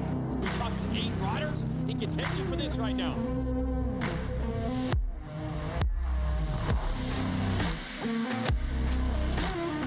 The final corner awaits. Look at this track. Briar Bowman's going to have to use the track. Briar Bowman wins 2 years in a row here at Williamsburg. Looking for more power? E3 spark plugs deliver more power, better fuel efficiency, and reduced emissions. The secret is in the patented diamond-shaped ground electrode that promotes a more complete burn of the fuel. Proven on the dyno and on the racetrack, the official spark plug of American Flat Track helps power champions on 2 wheels and 4. Winners run E3. What are you running? Falken Tires is proud to be the official light truck tire of Progressive American Flat Track. Choosing the right tire for your truck or SUV is critical. And Falken has you covered, offering highway terrains to all terrains through torture-tested mud terrains. For more information on Falken's full line of Wild Peak products, Please visit us at www.falcontire.com. Tired of replacing your battery every year? It's time to buy the world's best lithium battery, the Pulse IPT, with up to 1,200 cranking amps and unmatched reliability. There's no better battery for your bike. Visit Full Spectrum Power in the Paddock today or on Instagram, Facebook, and the web. Start something. Power everything. Honda's all-new Talon 1000 X4, the official sports side-by-side of American Flat Track, and the same vehicle driven during intermissions to condition the track. Featuring a high-tech 6-speed automatic dual-clutch transmission, quick revving 1000cc twin-cylinder engine, Fox suspension, intelligent four-wheel drive, and stadium seating for up to 4. The Talons are now available at your local Honda Power Sports dealer. SBS is your single source for brake parts and components. From pads to rotors, shoes, and other important parts covering motorcycles, scooters, motocross bikes, ATVs, and UTVs. We create the power to stop you so you can go ahead.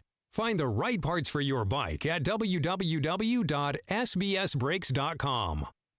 Sideburn is the world's finest Go Fast, Turn Left magazine.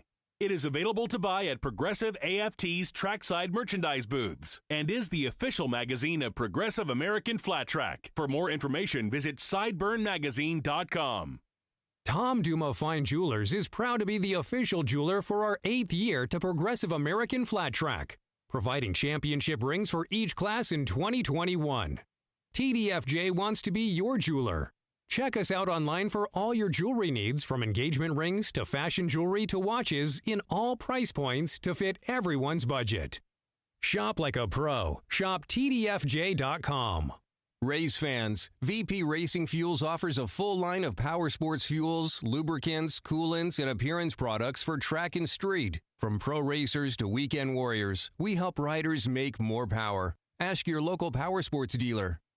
Whelen designs and manufactures reliable and powerful warning lights, white illumination lighting, sirens, controllers, and high-powered warning systems for various industries worldwide.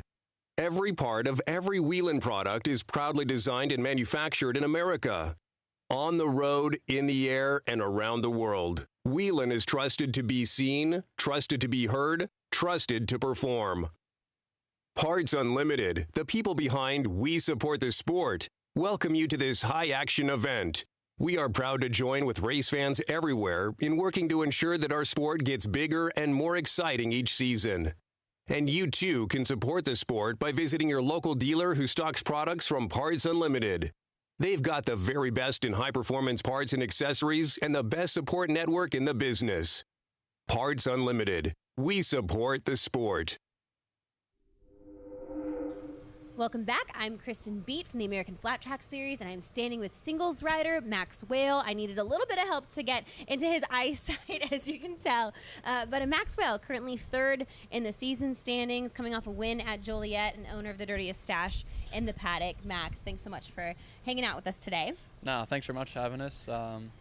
Looking forward to this weekend, first mile of the season, and it should be good fun. Just hopefully I can just repeat like last week. That'd be nice.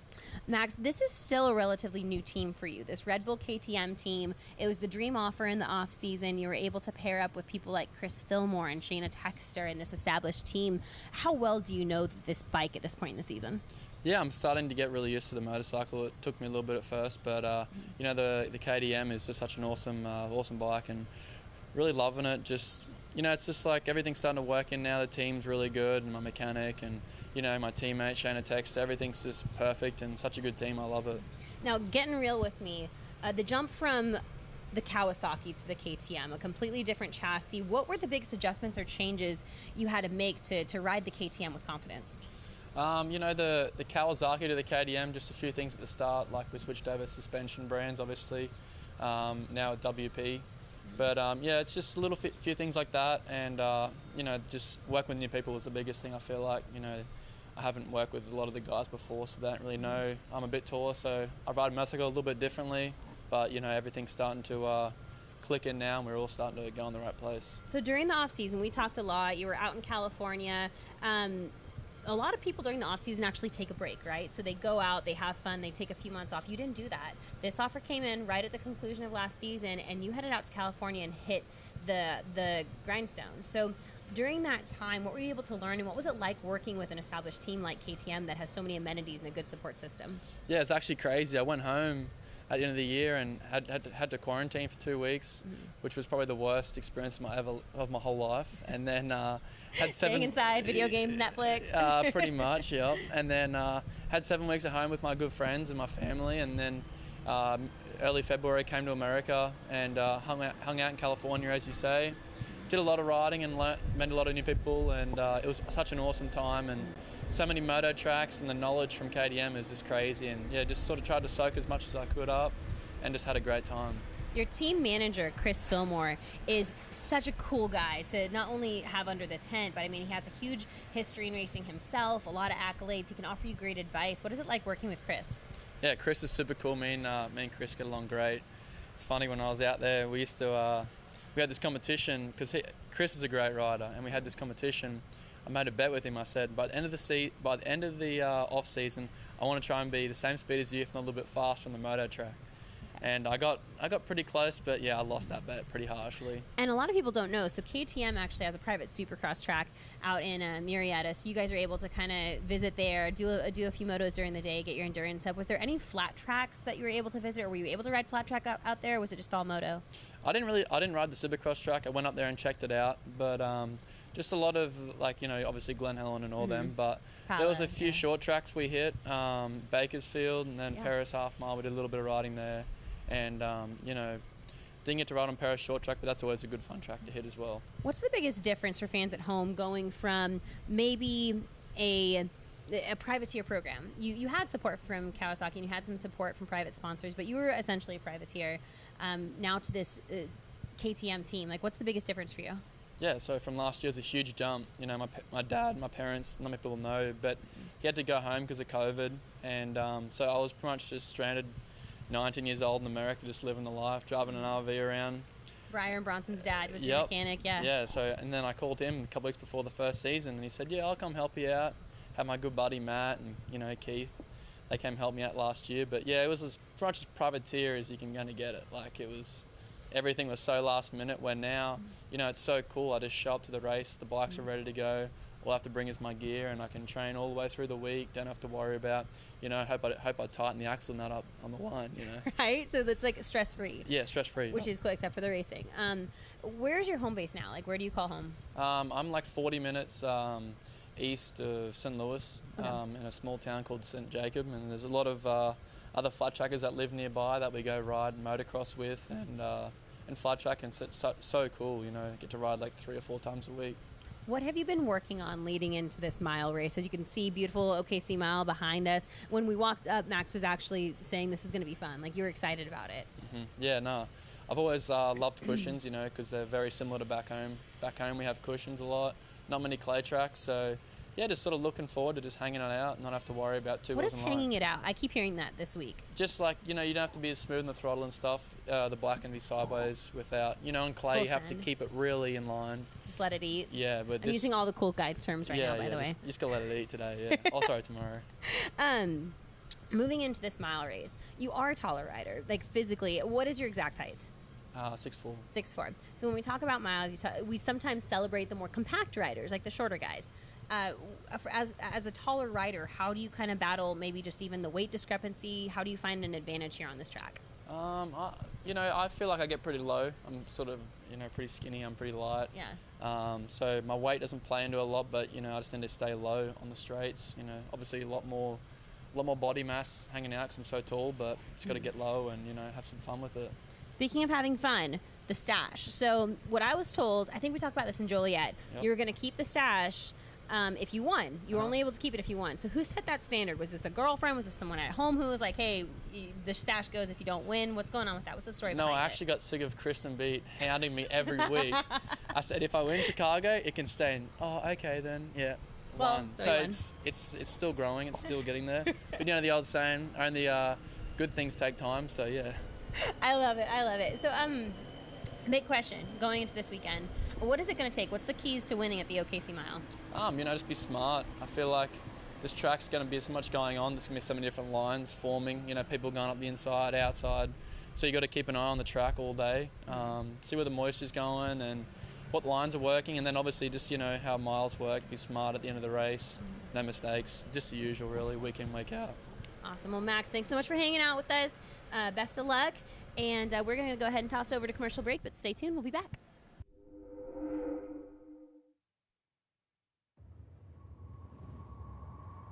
The darkness is full of demons. Hazy creatures who lurk in the shadows, prowling under the cloak of dusk. But we're not demons. We're beasts.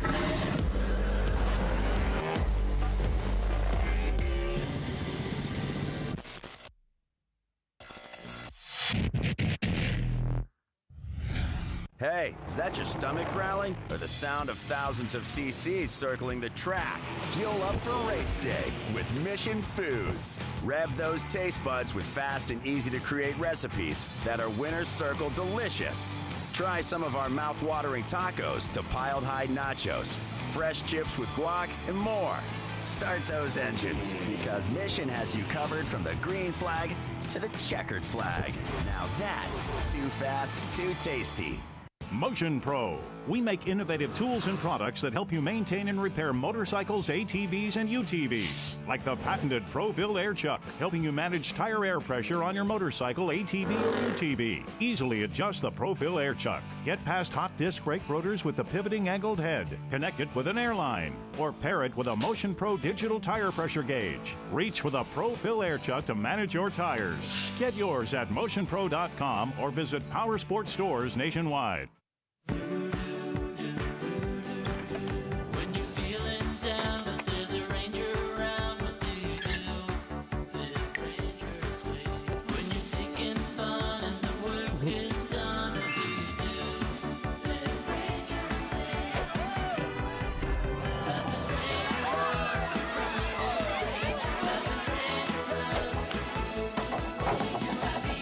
Voodoo Ranger.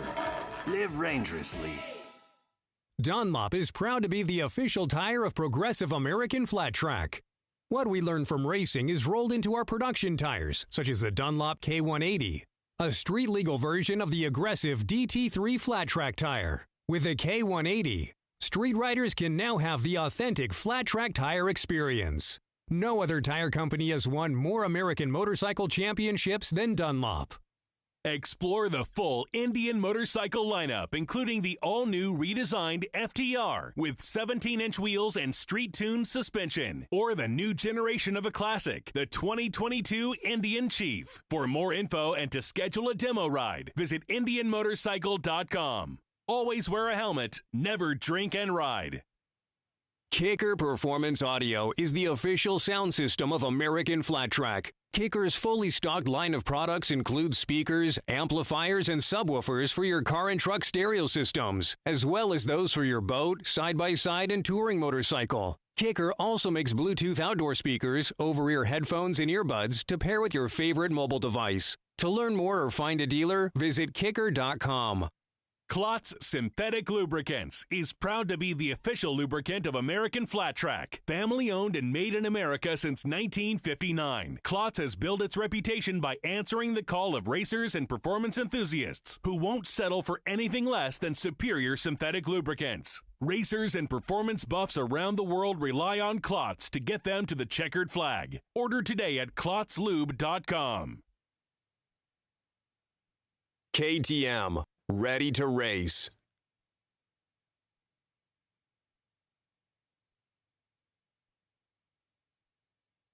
Arai Helmet started racing in America in flat track, and we've been supporting it ever since. Arai, handcrafted with an obsessive dedication to rider protection. For more information, please visit our website, AraiAmericas.com.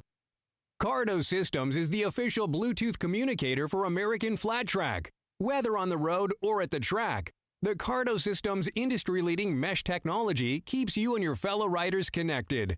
Racers like Sammy Halbert rely on Cardo for street riding entertainment, as well as a training tool at the track. All Cardo communicators are fully waterproof, dirt-proof, and feature sound by JBL. For more information, check out cardosystems.com and follow Cardo on all social media platforms at @CardoSystems. You own the job and everything that comes with it. The mornings that start too early, the nights that go too late, and every unbelievable thing in between. It's good to know you can rent whatever construction equipment you need from people who do whatever it takes. Visit us at catrentalstore.com. Cometic Gasket is the official gasket of Progressive American Flat Track. For decades, Progressive American Flat Track champions have depended on Cometic to seal their engines. Cometic gaskets are the professional standard for racers who demand the very best. For more information, log on to Cometic.com. Cometic Gasket, sealing championship since 1989. Drag Specialties welcomes race fans. At Drag Specialties, our commitment to riding is a way of life. That's why we want to remind you that when you're ready to tackle maintenance or add performance and style to your ride, make your first stop a local dealer who stocks products from Drag Specialties. Drag Specialties. Enjoy the races.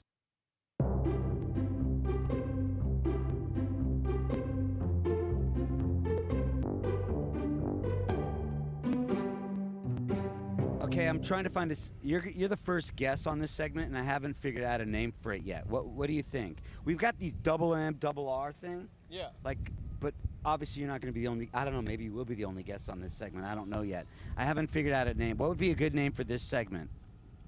A good name for this segment? Yes. As far as just you and I? Well, yeah, but there's going to be other riders, maybe. Maybe. I don't know. We'll see. It depends how this goes. Depends on You got to get right on the mic. Move the mic up. Oh, we're here with Morgan Micheler for the segment that is yet to be named. And the first thing that I think a lot of people want to know is what made you decide to do not only the flowery visor, but to commit to it enough to even put your initials and your number on it?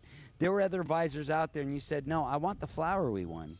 So this actually goes way back to when I was an amateur. When my grandpa passed away, we were just kind of going through some of his stuff, and I found this flower hat that was just hanging out on the sill of something, and I picked it up, and I mean, it was only one click off of what my head size is, which is pretty small, honestly, and just kind of rocked it. People loved it, so just kind of got behind it, and flower caps for the win, to be honest. Flower caps for the win. Yeah, floral for life. That would have been a great. Oh my God, I'm sorry. Hold on.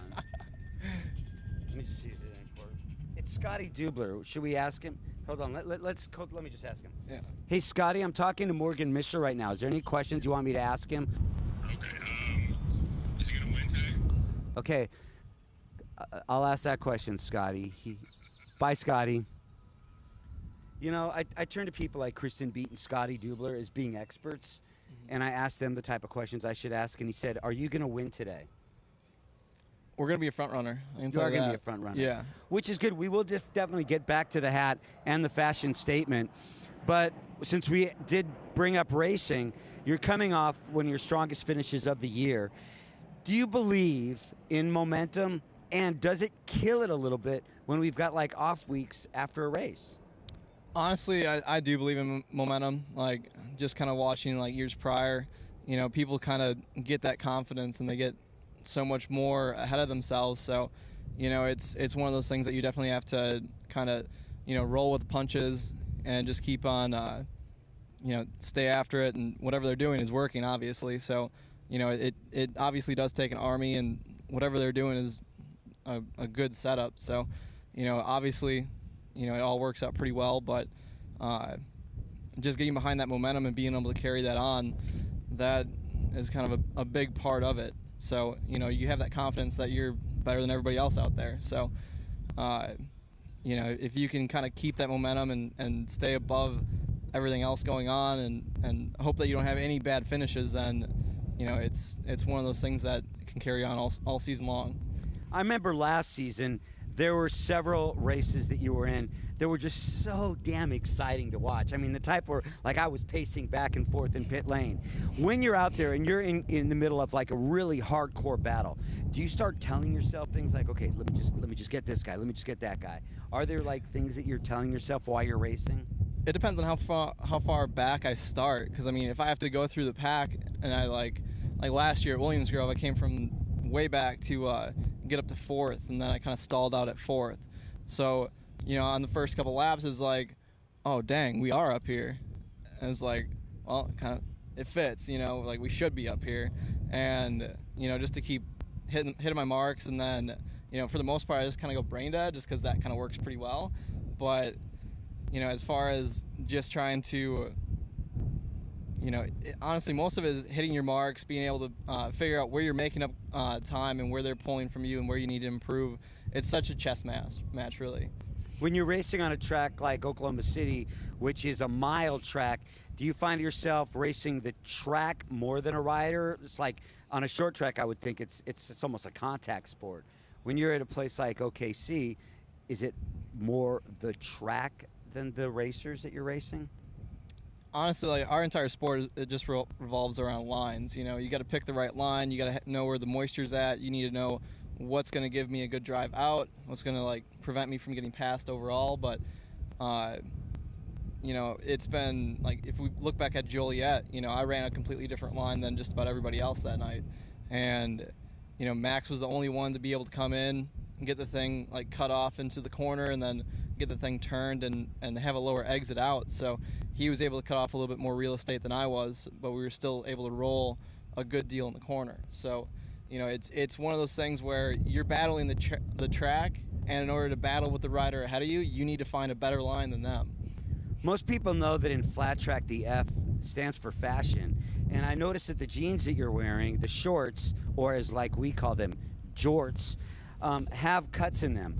My question is, did you cut them yourselves, or did you spend some like ridiculous amount of money for jeans that look like they're old cut-up shorts? I only buy things on sale. These ones, they, you know, they were on sale, so I got them. And then for today, it's going to be hot out. Kind of want some extra airflow. Right. So the more air I can pass through myself, the better I'll be doing. All right. And just remember, what's the key that we're taking from this conversation? Flower caps to win. Flower caps for the win. Morgan Micheler.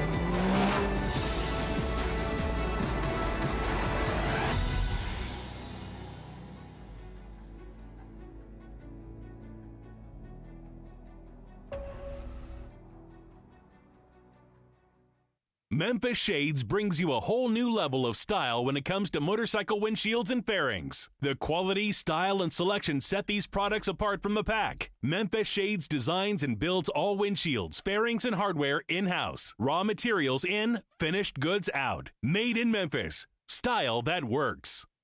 Hold on to your burritos because things are about to get too fast, too tasty.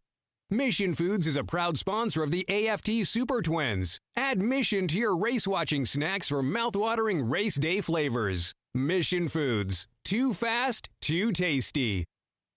Mobile View has been providing state-of-the-art LED video screens to sporting and special events throughout the U.S. and Canada since 1999. We use our vast experience of thousands of events to help guide the process of finding the right size screen to help make your event a memorable experience for your fans and sponsors. With over 300 World Championship titles, for 44 years, Öhlins advanced suspension technology has been providing the pinnacle of suspension for all areas of motorsports. For road or track, dirt or asphalt, when you choose Öhlins products to elevate your performance, you get Öhlins USA support and service to keep fueling your passion for excellence. Dunlop is the official tire of Progressive American Flat Track. We make tires in America for racing and street racing, such as our credit-worthy Progressive American Flat Track Spec Racing Tire, the DT4, and the DT3, which is now the street-legal K180. Learn more about Dunlop tires at dunlopmotorcycletires.com. You own the job and everything that comes with it. The mornings that start too early, the nights that go too late, and every unbelievable thing in between.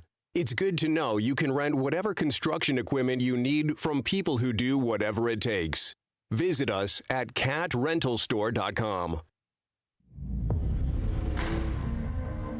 The way this racetrack has turned out, AJ, it is incredible. They can run high, low, middle, anywhere they want. We're talking 8 riders in contention for this right now.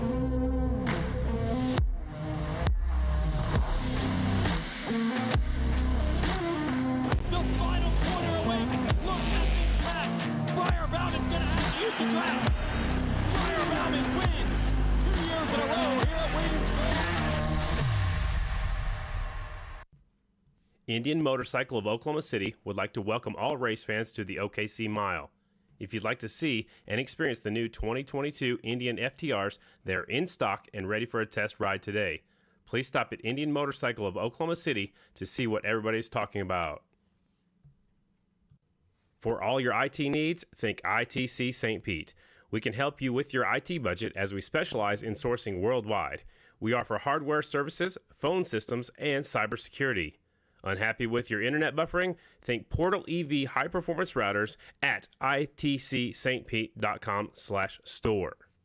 Saturday, June 26th, the Indian Motorcycle Lima Half Mile invades the Allen County Fairgrounds. Come see the top riders of America's original extreme sport battle for fortune and glory on this legendary half-mile dirt oval. Don't miss the 2021 American Flat Track Lima Half Mile, presented by Johnny K's Indian Motorcycle, powered by Drag Specialties. Get your tickets now at limahalfmile.com.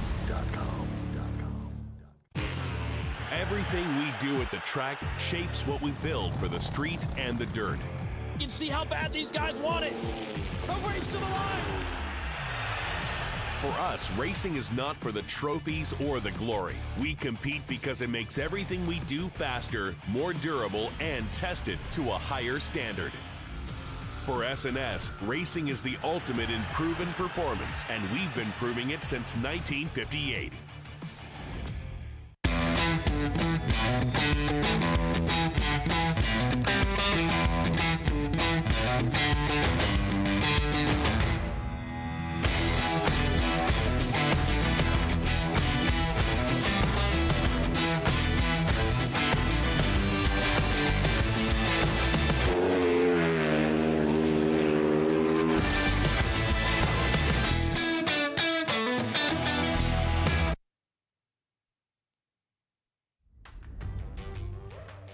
For me, life in Kentucky is a great place to be. It's slow. My lifestyle and the way I live, I can control it, which being a racer, I think you like to have control. The training, the recovery, the riding and stuff. So I put my life and soul into this career, and I feel like I try and do that throughout my whole day. Yeah, so the dog, depending on what day it is, there can be up to 6 dogs. Believe it or not, we got one dog that's from China that we saved from a meat market. It's a fun time for me, and for when I get back from a race weekend, and especially when it's not a great one, and then everybody leaves for work, the dogs are just pumped, and they just want to go for a ride, they want to play ball, they want to go swim. So it makes me kind of put the phone down, get away from life, and disconnect and kind of reset myself.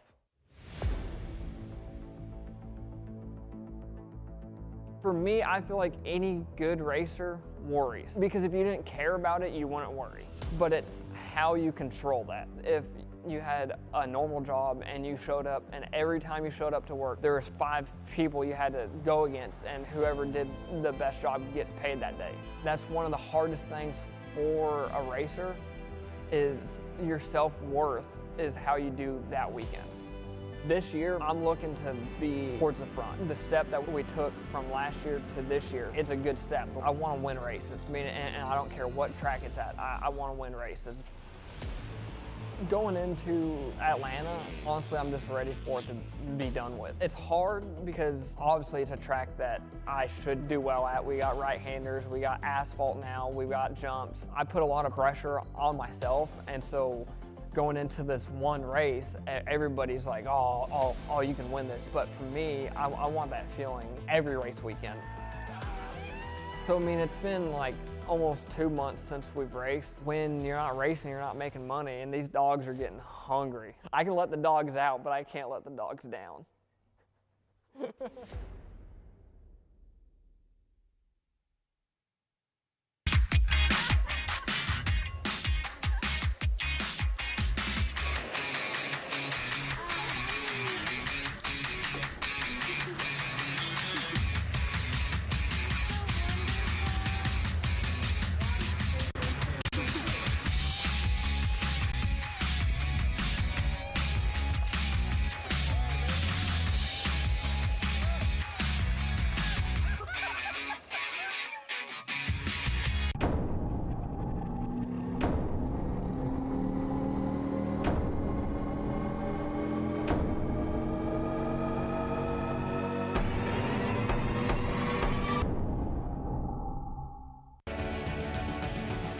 In 2021, Royal Enfield celebrates 120 years of riding pure.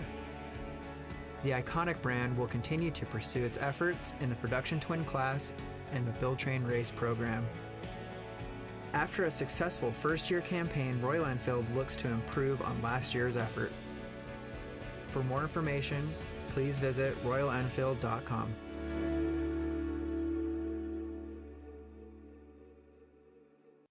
The rookies of '79 are former racers and champions of the sport who reunited in 2009 to form the official charity for American Flat Track. 10 years and over $1.7 million raised for our injured racers. Visit rookies79.com to see how you can help. S&S Cycle was born from a passion for racing and has spent over 60 years building high performance for the power sports market. All the while, racing has remained at our core. From the Bonneville Salt Flats to championships in progressive American flat track, S&S is the go-to for high performance on and off the racetrack.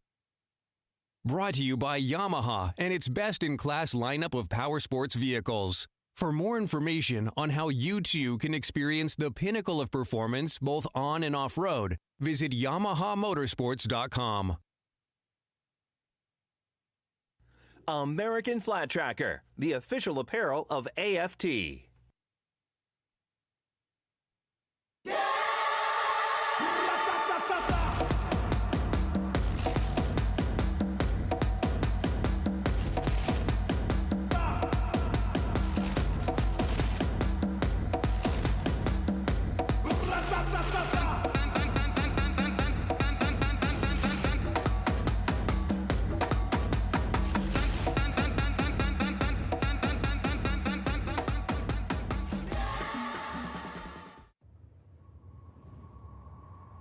The darkness is full of demons, hazy creatures who lurk in the shadows, prowling under the cloak of dusk. But we're not demons. We're beasts.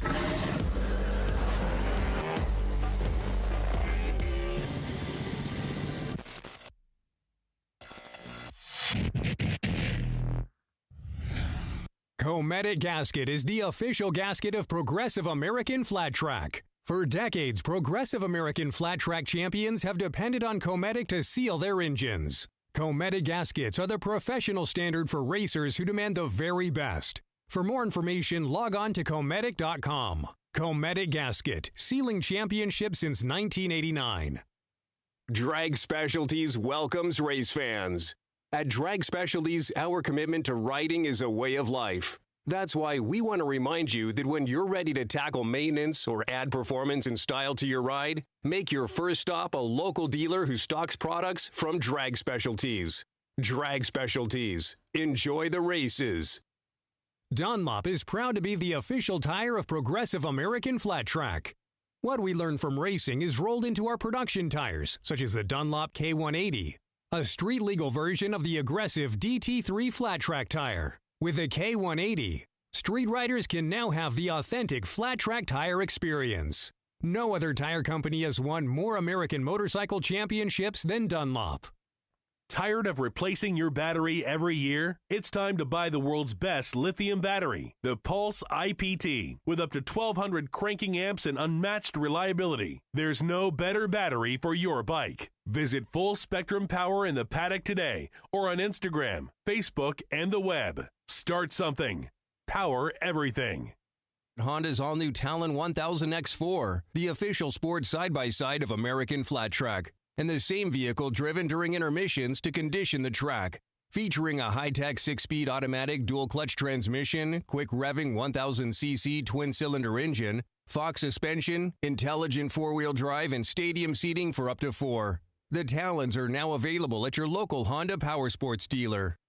Kicker Performance Audio is the official sound system of American Flat Track. Kicker's fully stocked line of products includes speakers, amplifiers, and subwoofers for your car and truck stereo systems, as well as those for your boat, side-by-side, and touring motorcycle. Kicker also makes Bluetooth outdoor speakers, over-ear headphones, and earbuds to pair with your favorite mobile device. To learn more or find a dealer, visit kicker.com.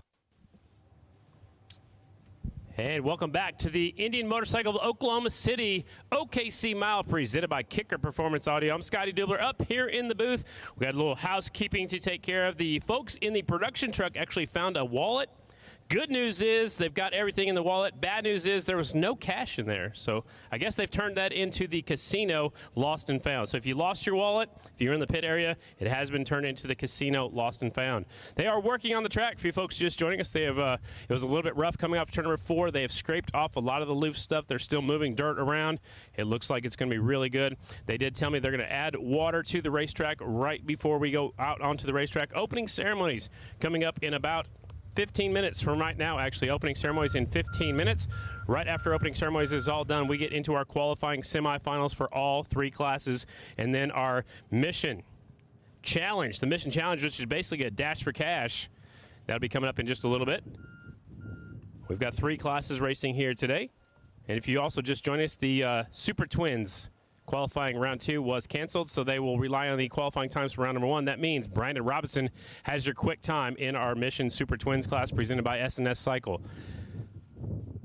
Also, we saw Trevor Bruner going out there. He was fastest in practice, fastest in Q1 and fastest in Q2. And during our short little break, they caught up with Trevor Bruner down there in the pit area. Let's hear from our fast qualifier in the singles class. We didn't really have to do anything to the motorcycle, so you know, the confidence is always really high when you roll off the trailer fast. And you know, these tracks really hit home for me because I'm an Indiana boy, so all those Indiana and Ohio cushion tracks, you know, they really suit my style, and I've grown up on them. So yeah, we like cushions.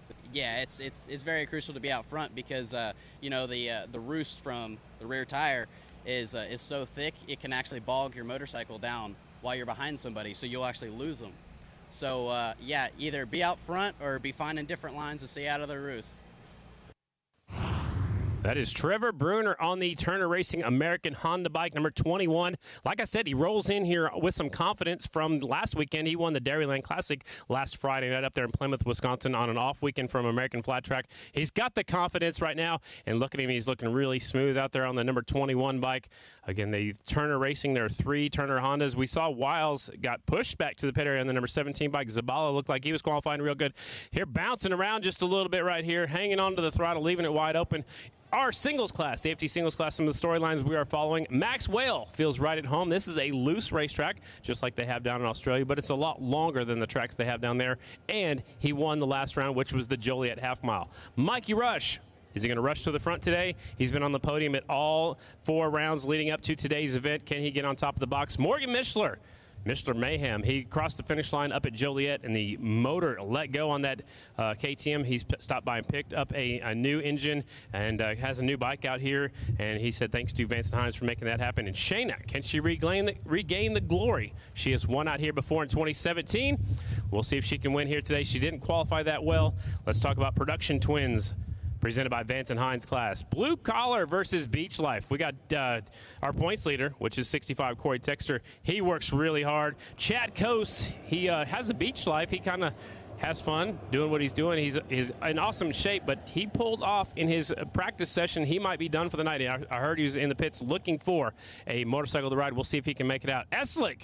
Danny Eslick, a fan favorite out here. He is a 4-time Daytona 200 winner. He's from Tulsa, Oklahoma. He's on the number 64 McGrain Racing Kawasaki. And Ben Lau, is it his time to shine on his Harley-Davidson? We'll see if Lau can make his way towards the front. And then our premier class, which is the Mission Super Twins, presented by S&S Cycles.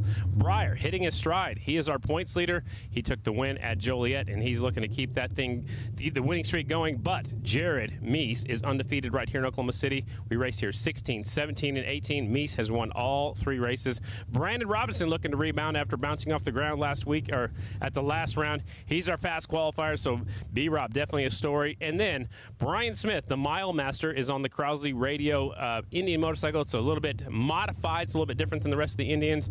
He makes his return to racing after missing the first 4 rounds. We'll see how Brian Smith will do here at the OKC Mile.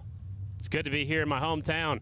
We've got opening ceremonies coming up at 6:30. The open paddock area is just now closing right now, so opening ceremonies about 10 minutes away. Hope everybody's having a great time out here at the OKC Mile. Opening ceremonies at 6:30 Central. The way this racetrack has turned out, AJ, it is incredible. They can run high, low, middle, anywhere they want. We're talking 8 riders in contention for this right now.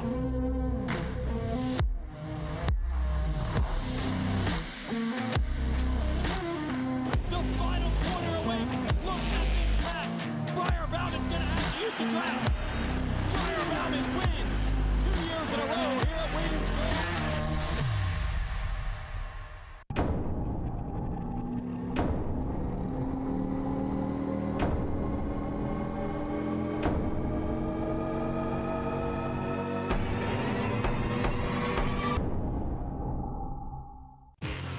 Everything we do at the track shapes what we build for the street and the dirt.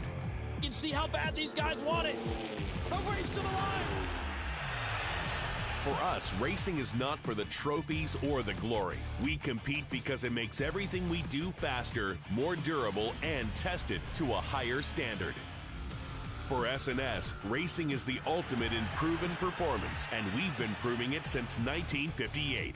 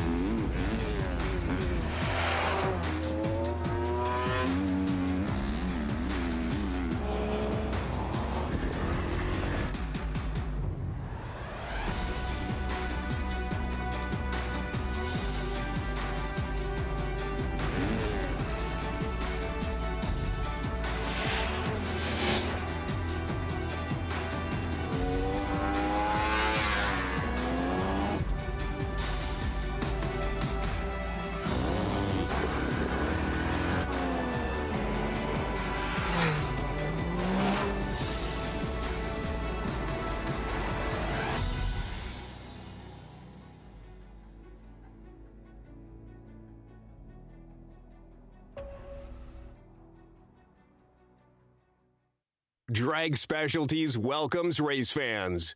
At Drag Specialties, our commitment to riding is a way of life. That's why we want to remind you that when you're ready to tackle maintenance or add performance and style to your ride, make your first stop a local dealer who stocks products from Drag Specialties. Drag Specialties. Enjoy the races.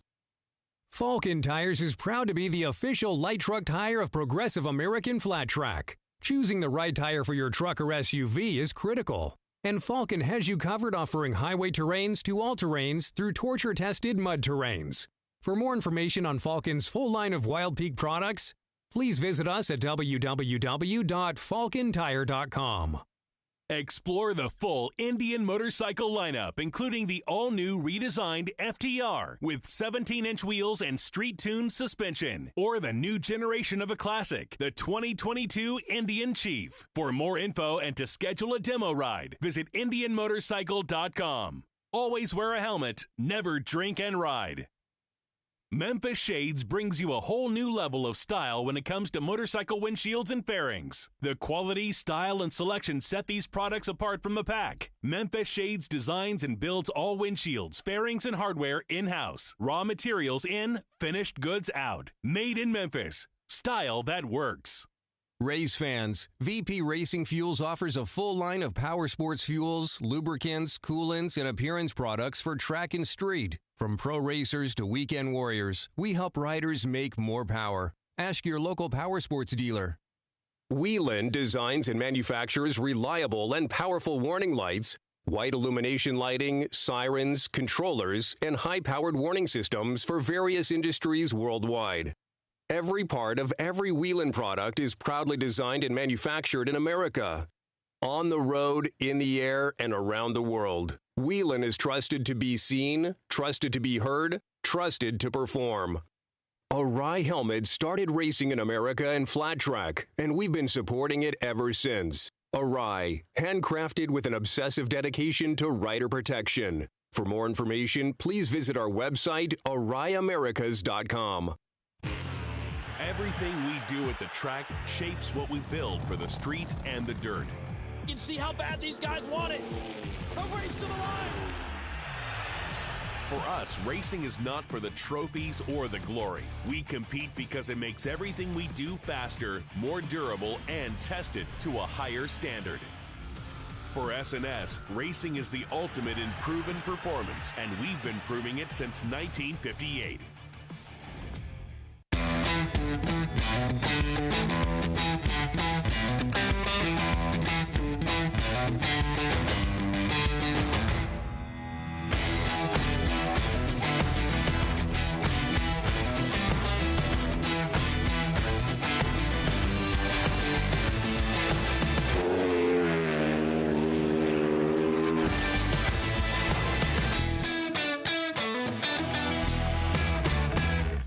Hey, is that your stomach growling? Or the sound of thousands of cc's circling the track? Fuel up for race day with Mission Foods. Rev those taste buds with fast and easy-to-create recipes that are Winner's Circle delicious.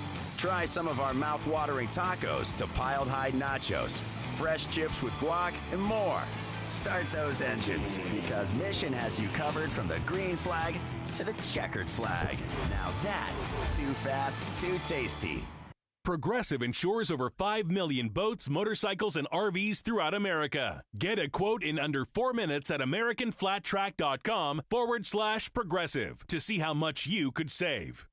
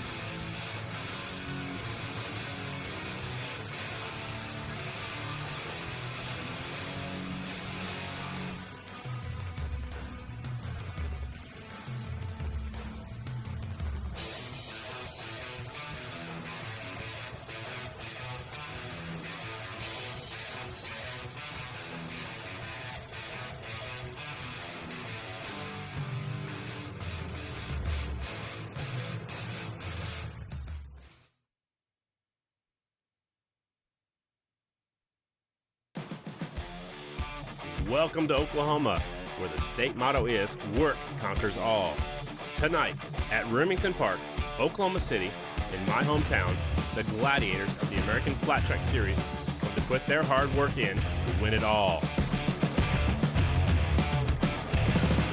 I hope you're ready to rock the house because the racers sure are. And now down to our host, my friend, Ricky Rackman. There we go. Thank you, Scotty Dubler. Everybody, welcome to the Indian Motorcycle of Oklahoma City, OKC Mile, presented by Kicker. I am Ricky Rackman, and if any of you here in the OKC follow me on social media, you know that I've always liked coming to Oklahoma City. I especially like the riders in this area, and I'll tell you about that in a little bit. But we're going to get the opening ceremony started for round 5 of Progressive American Flat Track. I just want to do one thing. I need to make sure that my microphone is currently working. So I just need to know that you're out here. Are you out here, OKC? Okay, that was average. And obviously, if I said I can't hear you, I'd be lying. I can hear you. And I know it's a little hot, but I'm going to be honest with you right now. I could not be happier that I am out here. I mean, do you realize we had the fan walk open? We had people walking around the pits. I haven't seen that for, almost 2 years. We are out here. I get to see your faces. Sometimes that's good. Sometimes, But we're all out here tonight. So I want to hear it one more time. Are you with me, OKC? I like that. Okay, let's get the festivities started. Right now, I would like to welcome, please stand for the invocation from MRO Chaplain Raymond Rizzo. Thank you, Ricky. Join with me, please.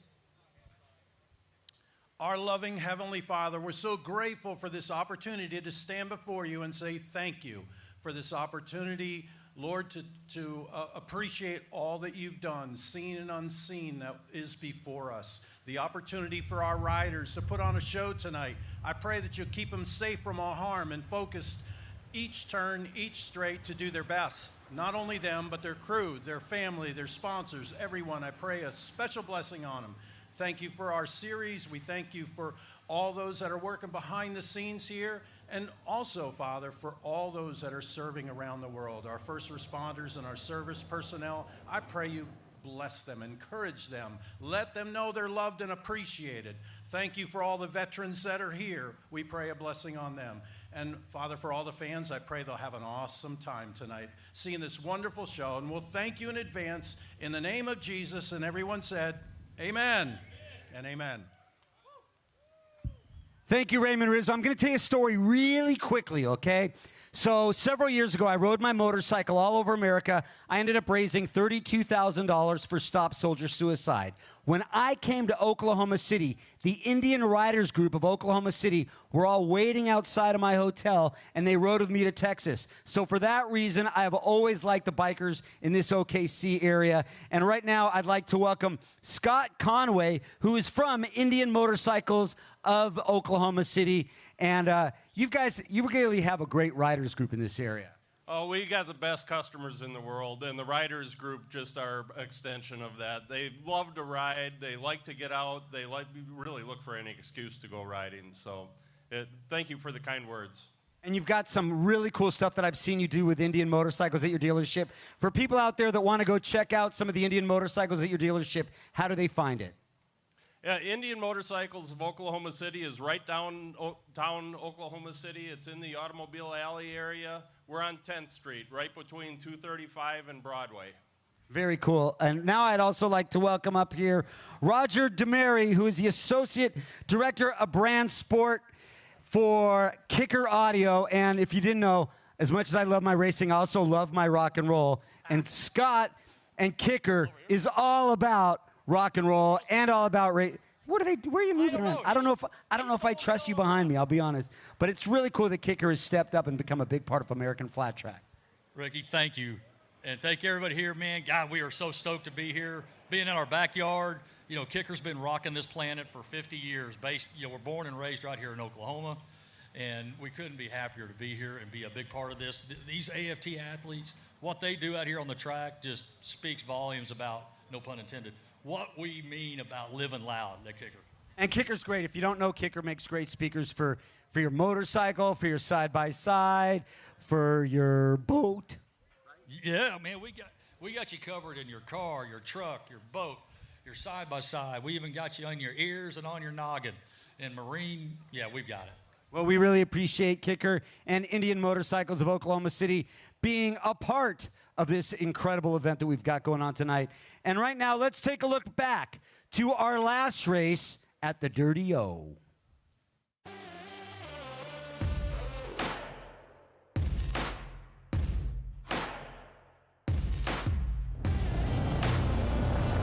We're going to show you the highlights now, the AFT Production Twins main event. This was some good racing too, Brad. Yeah, it ended up being Corey Texter and Chad Coast coming all the way down to the wire. These guys were side by side for most of the race. Such a clean race between the two. Texter with a handful of throttle leads him to the line and takes the win in Production Twins. Ready for the start, here we go. Yeah, Maxwell, I'm super impressed with him right now, being able to take that lower line, but still able to get it turned and not quite get the bike sideways, getting a really good drive off the corner, too. Look at him side by side again. This is the best race of the night so far. Well, Wales going to take the win. Micheler just brings the smoker home to take second. Hey, let's go. Woo! Here come the revs. Get ready. Mission Super Twins main event. And they're side by side entering the corner here. This is shaping up to be an amazing race. Robinson on the 44 looking inside. Here comes Mies. Boy, he closed up in a hurry, didn't he? Yeah, he sure did. Wow, he's close. Oh, boy. Contact there between Robinson and Mies. It's like a good restart by both Mies and Bauman out front. Briar Bauman coming into this one. He hadn't won a race in the last 8 tries. He wins here tonight in Joliet, Illinois.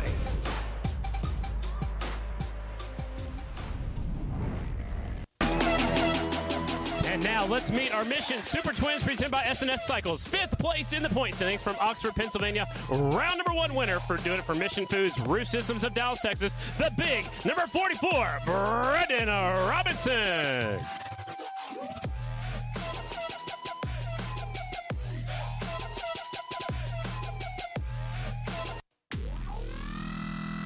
Fourth place in the point standings. He comes to us from Mount Gilead, Ohio. Back-to-back second place finishes. He's sponsored by Mission Foods, Roof Systems of Dallas, Texas. He's on the number 20 Indian. Make some noise for Captain Chaos, Jared Vanderkoy.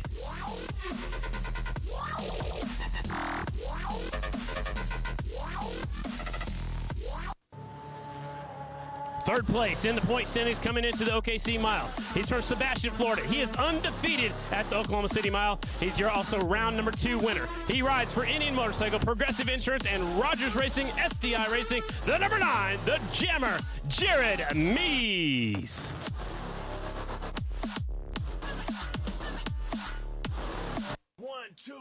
Second place in the point standings from Philpott, Kentucky. Round number 3 winner at the Atlanta Super TT. He rides for Estenson Racing, Yamaha Racing, and Monster Energy on the Yamaha number 95. They call him Jiggy Dog. It is J.D. Beach.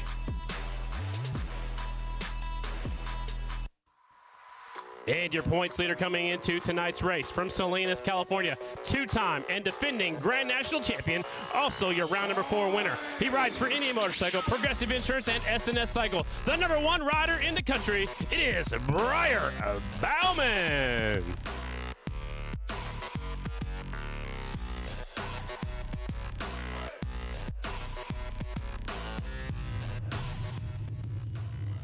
Hey, real quick again. He's up there. I'm sure he can hear you. Let's give it up for the voice of Progressive American Flat Track and an OKC native. Let's give it up for my friend Scotty Dubler. Ladies and gentlemen, brothers and sisters, please rise and remove your hat for our national anthem from the band Chasing Neon. And the flag is right there, everybody, behind me, sort of by the backstretch. So you know.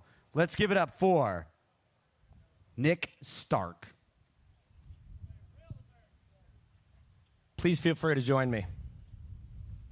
Oh, say, can you see by the dawn's early light what so proudly we hailed at the twilight's last gleaming, whose broad stripes and bright stars through the perilous fight o'er the ramparts we watched were so gallantly streaming, and the rockets' red glare, the bombs bursting in air, gave proof through the night that our flag was still there. Oh, say does that star-spangled banner yet wave o'er the land of the free and the home of the brave?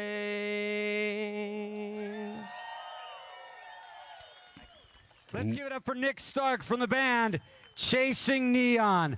Oh, you know what? I think it's time to get this evening's festivities started. The first mile of 2021. Good to see all you fans here. I am so ready to see some progressive American flat track racing. And I also want to give a shout out to all of the people that are watching us right now live all over the world on TrackPass. And I just tell you that you're missing out. And if you are in this area and you're watching it on TrackPass, please come out here tomorrow, because remember, this is a doubleheader. We're going to be racing here tomorrow. You still with me, OKC? Oh, that means there is nothing left but to get this evening started. I am so excited. It's time to get some flat track racing. Back to you, Scotty. That's the rock star himself. That's my good buddy Ricky Rackman down there taking care of opening ceremonies. Also, if you folks that are watching at home, it is time right now to switch on over to TrackPass on NBC Sports Gold. Right now, the remaining of the races will be on TrackPass, so it's time to switch on over. We've heard from Ricky Rackman. Earlier today, we talked to Kristen Beat. I'm Scotty Dibler. Now joining me up in the booth, a former Grand National champion, and this man knows how to get around this racetrack. Ladies and gentlemen, used to be number 6. He used to be number 1. He's number 1 in my heart, a good friend of mine. Joining me up in the booth, he got second here back in 2017. It's the Bullet. Brad Baker, welcome back to Oklahoma City. Thanks a lot, Scotty. It's awesome to be here. Oklahoma City is it's an awesome city. I love it around here. Lots of great people, including yourself, Ronnie Jones. Obviously Oklahoma City Indian Motorcycle here. It's a great racetrack and had some good results here. It's a fun track. What is the key to getting around this track? I know it's changed. The surface is completely different than last time we were here. But when you were here, what was the key? And then we'll talk about tonight.